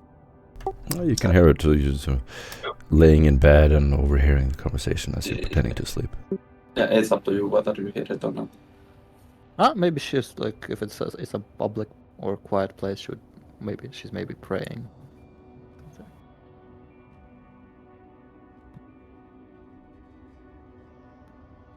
And of course, you have run this through Interrogator Hector as well as Professor Rain before bringing this matter to my attention, correct? This isn't just your wishful thinking, breaching protocol, and speaking to High Command. Or is this a mistake, which I do not need to offer my attention anymore? Negative. I'm asking as a fellow human. You're asking me to bring 7 people alongside you to their deaths to bring to fruition a plan that is non-existent with survivors that we know not their location to bring them to a place safe, which hypothetically exists? Or do you plan to bring them on our vessel with our limited supplies? I'm certain that everyone here on board is willing to already offer their rationed food and water to all survivors that will come on board. Of this I am completely certain of. Yet I am afraid it may be a bit unattainable. I will ask you, as well as a fellow human being, that you understand that I do not toy with the lives of the people underneath me. And I'm gonna use them to make something that matters. Either bring me a plan that works and bears fruit, or indulge in your fantasies in your own private time.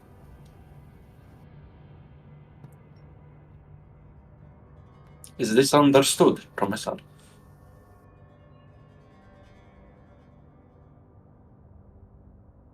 My lord, you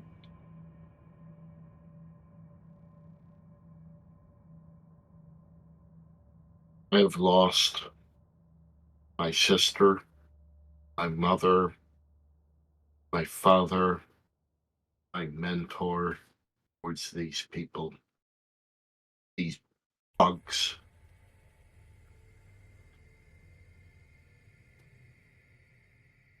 I cannot lose more. I'm asking you if you would do this for me. Askellon has been listening to this, standing at the corner. She arrived through the middle of conversation. She's listening, but she's not looking at the people arguing. Her posture is stiff and hands folded in front of her as she listens to the commissar's heartfelt words. She looks up at his last expression. Then you shouldn't.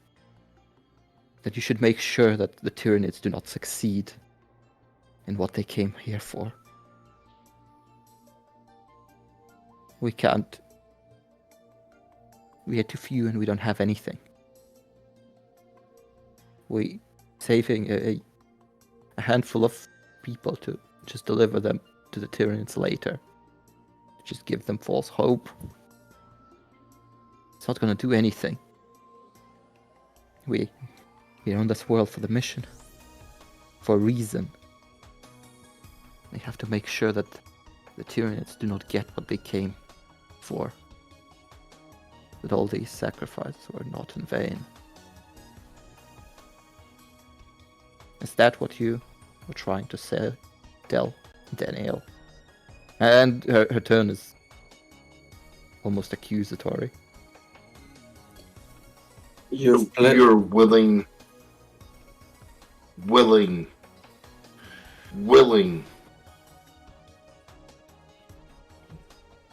and generations of people,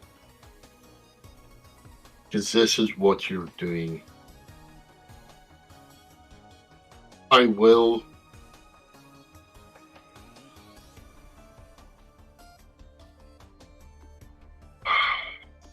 I know the answer, but you're going to destroy generations of people. I'm asking you for a little bit of hope.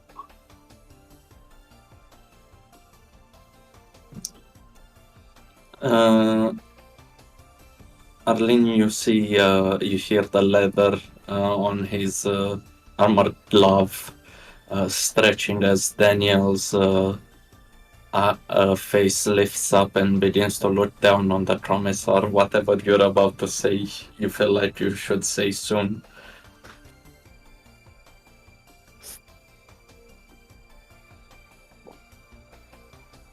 Commissar? Ave Imperialis. This will not be the last world this happens to. to realize this if we fail. He's gonna, what he called, say, Ave Impelliaros, like his heels, and salute and walk off. As he's about to walk off, you feel a hand pulling, restraining your arm as he pulls you back into the room and basically drags you to the command center where maps and holographic pit displays exist. And say, you wish to save people, that's it. You wish to save generations. Look at this, as the pit display begins to show the decimation of the entire city that has been abandoned. Your intentions are pure and true, and I'm so glad that you possess them. Like all the people in command that have led the defense of this city. And where did that lead them? To their death and to the death of the people they swore to protect. And what little remains of the Emperor's faithful on this planet, you want to march them into said jaws of death, accomplishing nothing. Your oh so easily, buffoonly, childish ambitions will bring us nothing but ruin. You wish to save people? Fair. No one's gonna stop you. No one here can say, no, we will restrain you. We will do anything, please. As soon as those doors open, you are free to leave the ship and save how many people you wish to save. And whoever is willing to join you will do so. But people here are tired of dying, are tired of giving up their lives for something intangible and for a fantasy.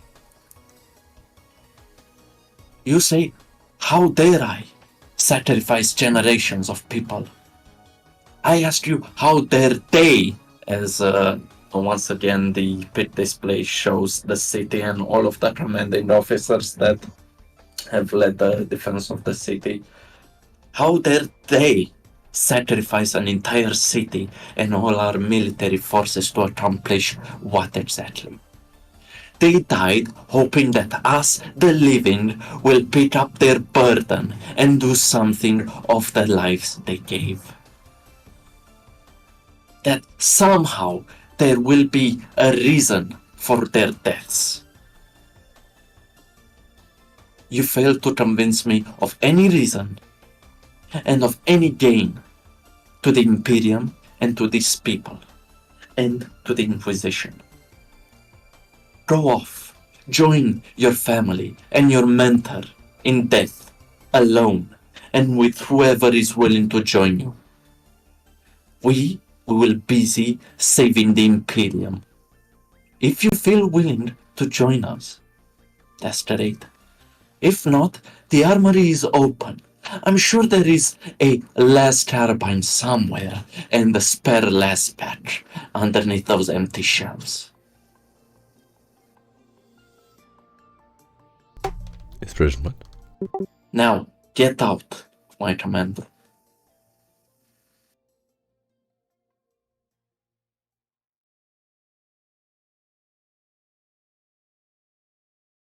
Awesome. Anything else you guys want to do? If you do choose to go, know that we could use all the help that we can get. We are ready against almost impossible odds. We plan to challenge them. But anything that to tip the scales would be great, would be amazing.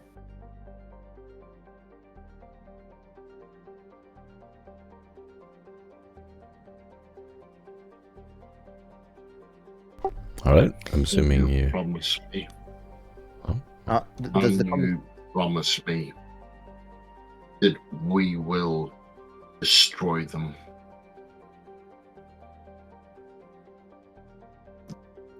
I can promise you nothing. Those that had any ambitions have led all of our assets to ruin. I can promise you that I will try. And that's already more than you deserve.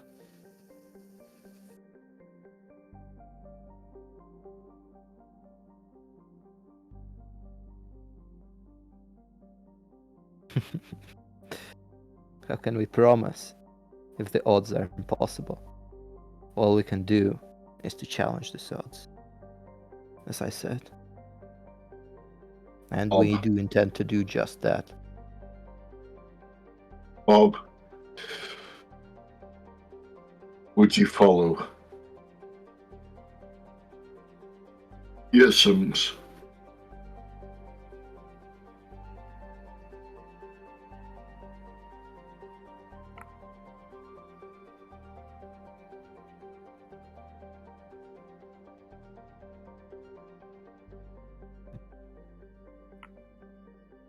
And with that, I will escort both Bob and the Commissar Sage. I need no half-hearted people that do not care for the salvation of the Imperium. You're free to leave this room and never to return.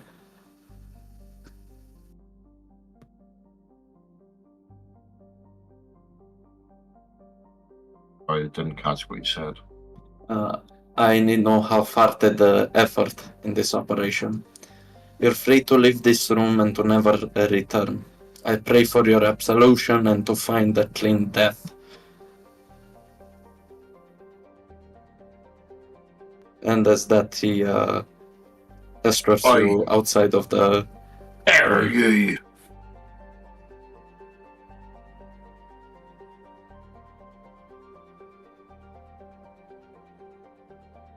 I absolutely dare you!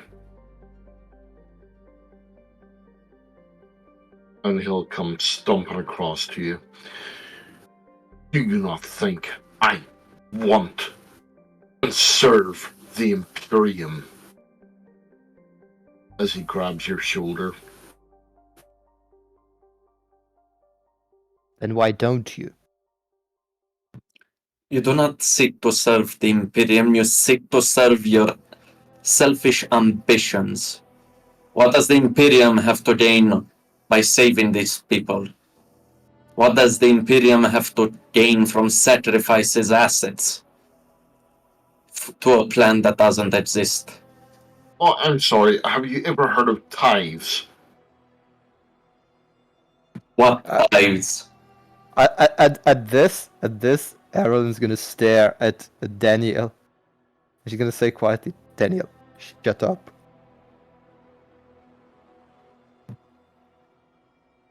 The Imperium would gain these people, and that is a gain. But it would stand to lose. Potentially thousands, millions, billions more. Because for how slim the chance of our success is,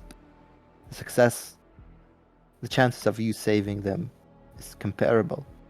And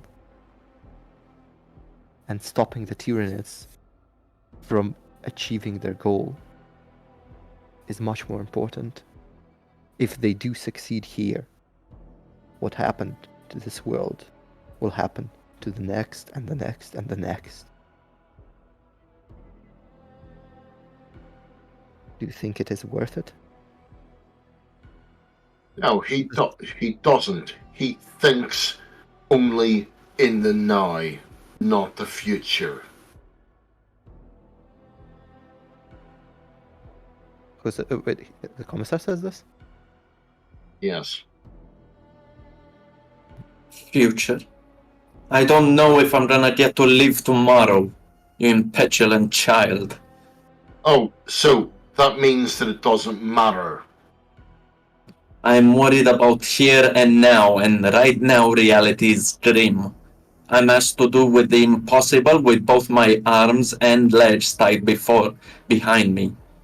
And you asked me to also remove them. You will receive no assistance in this plan, because you have no plan. You will receive no support, because there is nothing left to give. Right now, I want to do something worth the lives given. You seek only to bring more to death as you march towards a possible future without any real plan. I do not need to explain myself to you. Who even are you to even stand in my presence with the audacity of asking me to bring my men, my acolytes, to their deaths? You have earned neither my respect nor my trust. You asked me to do you a favor. Why? Acolytes? I thought it was the Inquisitors' acolytes. I have been trusted with operational command. I look over these people. I am to use all assets to bring his will to fruition. I answer only to him, and they answer to me. So what you're saying is it is your failure in the defense of this city? I see. I ask you,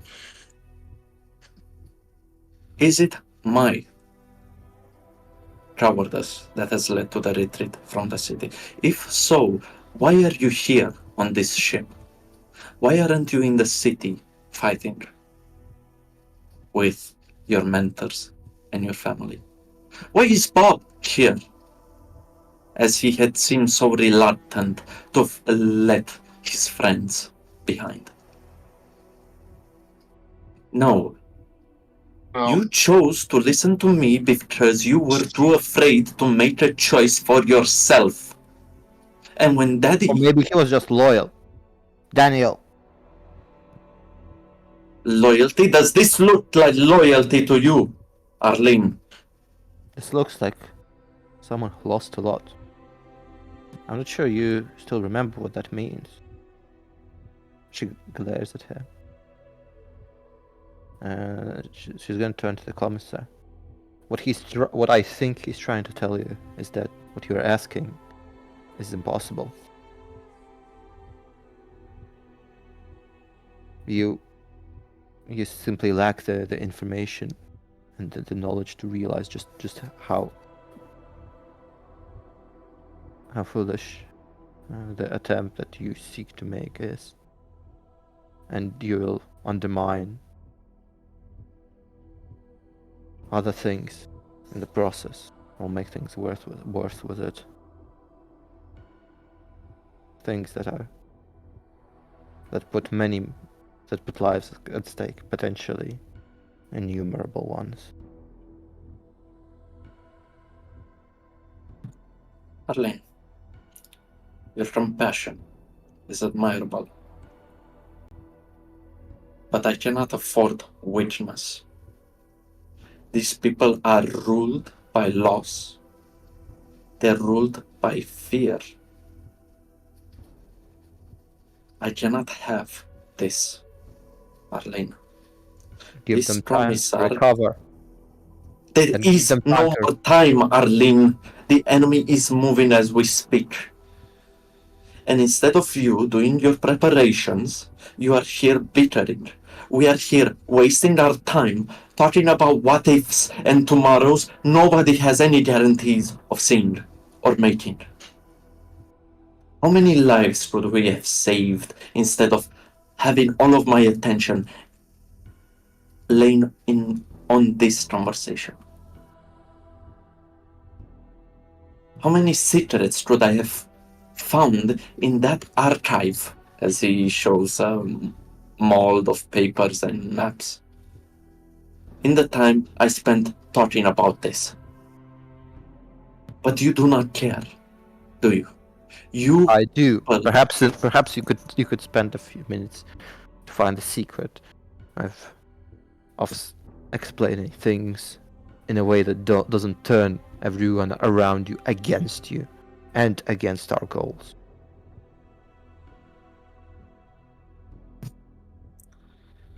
Arlene, there was a time where I had ample patience with people, and you know this. Can you really wholeheartedly believe that I should afford right now attention to anything else than doing something fruitful? I've said my piece and I've had my patience. I will not waste lives and my time on things that are not important anymore. If you have the luxury to do so, feel free, but I will not.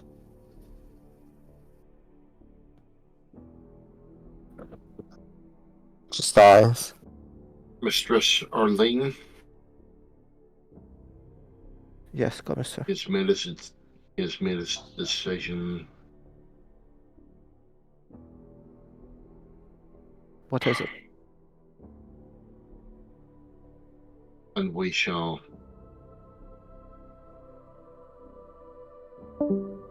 agree. At which point you'll see what he called the commissar tuck his heels, look at Daniel with a death stare, and salute and march off.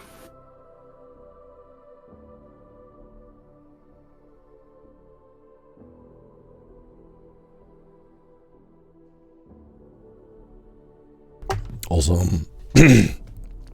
everybody gets an inspiration point. And as you look out... What did he leave? Sorry, I thought Yeah, so. yeah, he did.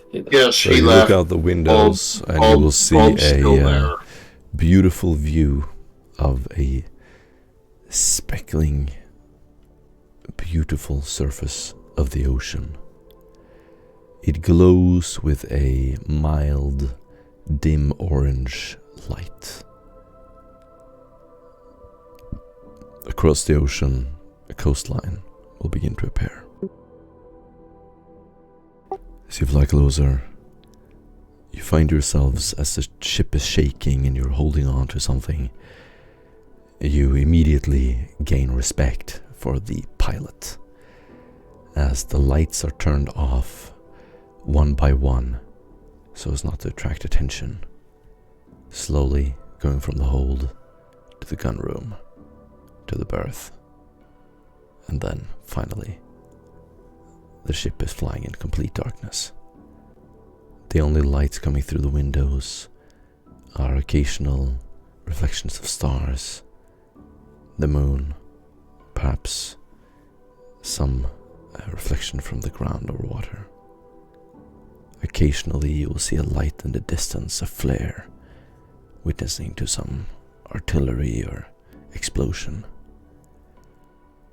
The ship will take off a little bit off the body of water, and you can see these ripples in the water start to flatten out until it is just a dark, dark blue, purple, flat surface beneath you, glittering beautifully with the reflection of the night light as you take a very careful, slow circle around the outskirts of the city.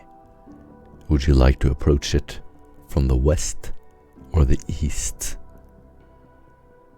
If you want, I can roll a dice for you. Do we have any? No, just make no. a choice. With the. This is just like where you approach it from. You're coming from the south, but you can come from the southwest or southeast. Where is the sun setting right now? Or is it fully set? Yes, it's full set. It's fully set. Then southwest will give us the cover of night for longer than Excellent. southeast. I am confused about something. Is the Eldar... No, this is not a discussion. It's just a binary question. Okay, It's so for you're the map gonna orientation. approach the city, and you're going to see a beautiful shadow of clouds outside the window. As the ship slowly rises to the stars, the water fades, and these glittering shadows in the water become smaller and smaller. As you walk out on the bridge one by one, you are met with a horrifying sight. Llewellyn and Hector will follow you. You all look out the windows, and you will see a massive wall of strange glowing dust, almost like smog in a city, in a hive world. It's laying like a thick carpet over where the city is supposed to be. Strange spires stretch out from the ground. You can see these tiered, almost like a rib cage structure, sticking out towards the ocean. It is massive. Strange looking figures crawl around on top of the surface. As soon as you get close, Zaul will take a swift turn as he sees the sight of millions of small creatures crawling on buildings and structures built on the outskirts of the city. Several kilometers out to the west, there are bone-like structures, and you can see these billowing huge hubs of slime breathing in and out. Occasionally critters will crawl down to the ocean. Then you will see strange bird-like creatures flying out of the smoke with these orange-reddish wings. They seem to spot you. Zaul takes a turn and will instinctively fly to the south. The terrifying sight leaves you as you see that this other half of the city is covered or speckled with outposts.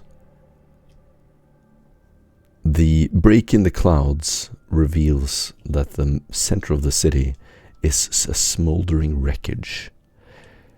A harbor completely destroyed by bombs and masses of buildings razed to the ground stretch out along the coast to the east.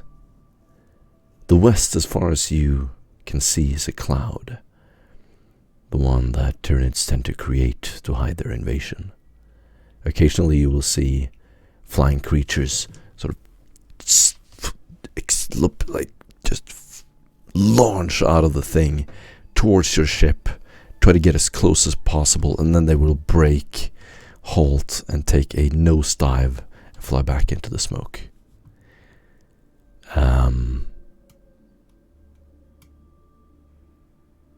No doubt to scout the surroundings for their leader. In the eastern part of the city and on the outskirts, you will see, so this is the opposite end of the one you arrived from, you will see several outposts with flags belonging to navigator houses. You will also see symbols of chaos and ramps leading down to a glowing underground beneath the city. Occasional bursts of flame and these glowing red, almost like a forge in a forge world, can be seen from openings in the ground. You see massive vehicles rolling over the deserted landscape, armies forming, and occasional artillery volleys fired on the other side of the city. Small parts of the city, in the form of dust grains, meet the windows of the ship, sounding like rain. As you stand there and watch in horror, that's where we can end the session for this time. Right. Tyranids on one side, Chefs on the other. Feel free to roleplay or do whatever you want. This I'll was see a you really next week. fun session. Yeah. Yes. Any HP first, write it in chat. Absolutely excellent roleplay from everyone. You get 350 XP. Nice. Oops. When the commissar leaves, Ireland's going to level a glare at Danielle, and Sorry, I can't hear you. after the commissar leaves, Ireland's gonna level a glare at Danielle, and after a few seconds, she's gonna say, "I, Danielle, I understand the logic behind your words and behind your plans.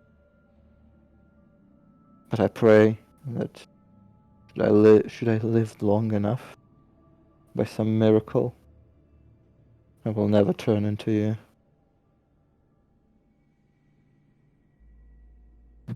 Do you think me cruel, kid?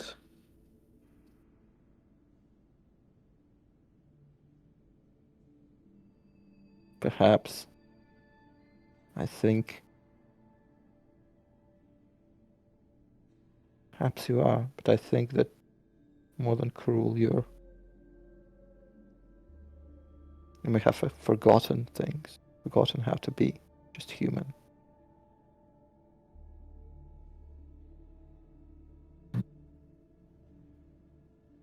Just tired of saying good people die for nothing. And if I need to be a monster in order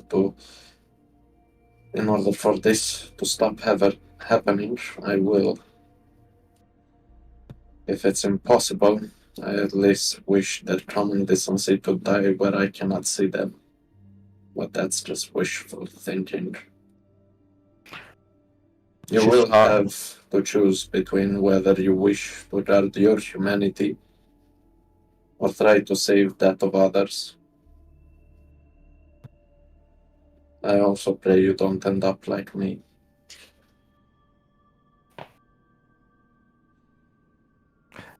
She sighs, and her expression softens. I'm sorry. I think you may be a kinder person than most people will ever know. On that, I think you're wrong, kid. Maybe you are stronger than me and you will manage to do both. Unfortunately, that's not something I'm capable of.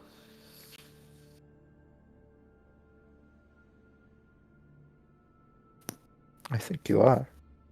I think you're trying to very hard pretend that not to be the case.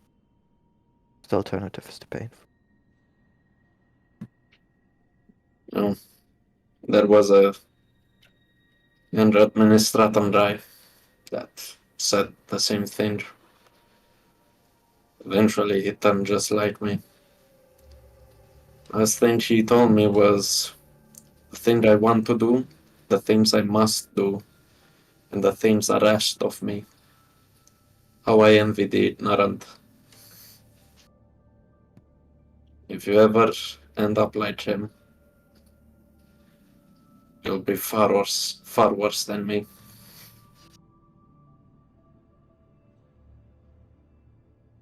But I hope that's it comes. that's not right. But it's an empty hope. You got to be nice to people.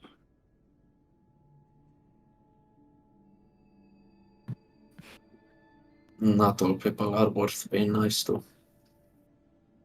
Wish things So were I mean, the people who don't like the emperor anymore, you can smash them, but you got to be nice to people.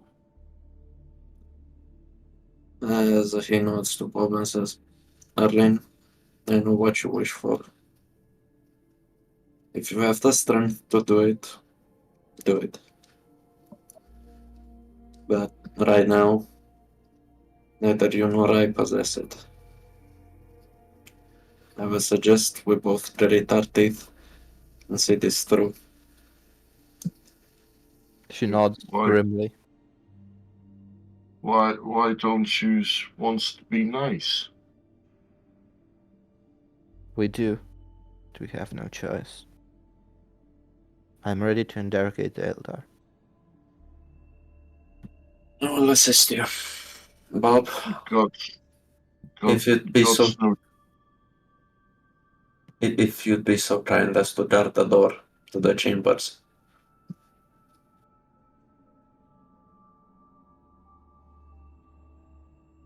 oh well, but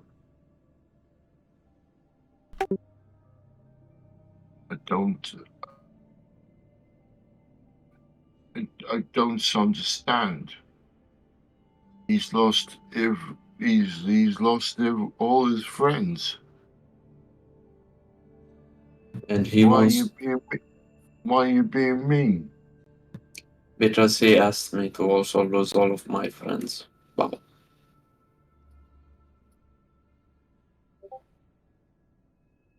And I don't like losing my friends. Do you? Did it feel nice? So you can understand why I may be a bit angry when somebody asks me to lose my friends.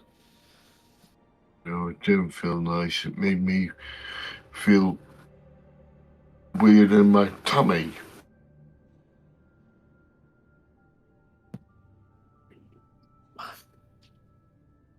For me, it made me feel angry. It means you could maybe save some of his friends. Not if it risks losing mine. He will find a way to save them. And when he finds it, he will bring it to my attention, if he is capable of doing so. Until then, he'll have to work for it.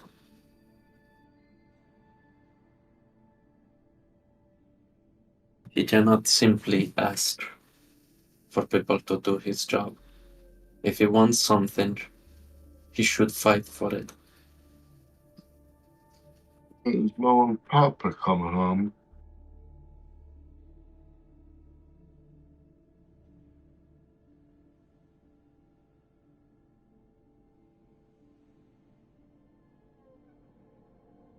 Either way, we have something to do. And Daniel will live off. Awesome session. I always hope we have some combat, but it's not necessary. More roleplay heavy one, but I think it was a... Occasionally we have these. I do like to progress the story though and have more, but we have some of those too. I think one of these occasionally is cool, or great actually. We got to fill out a lot of backstory for people and progress the story a little bit too.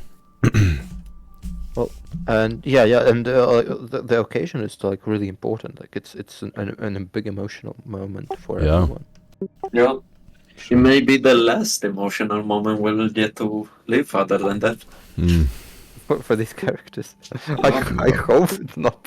I hope not as well. Never But say never. It's always a possibility. I don't have any plans. That's the great thing about this. It's all led by you. like they say, we're all one bad roll away. Yes. You would know all about that. It only takes one bad roll. You can have the perfect plan, the perfect acolytes, the perfect allies. It only takes one bad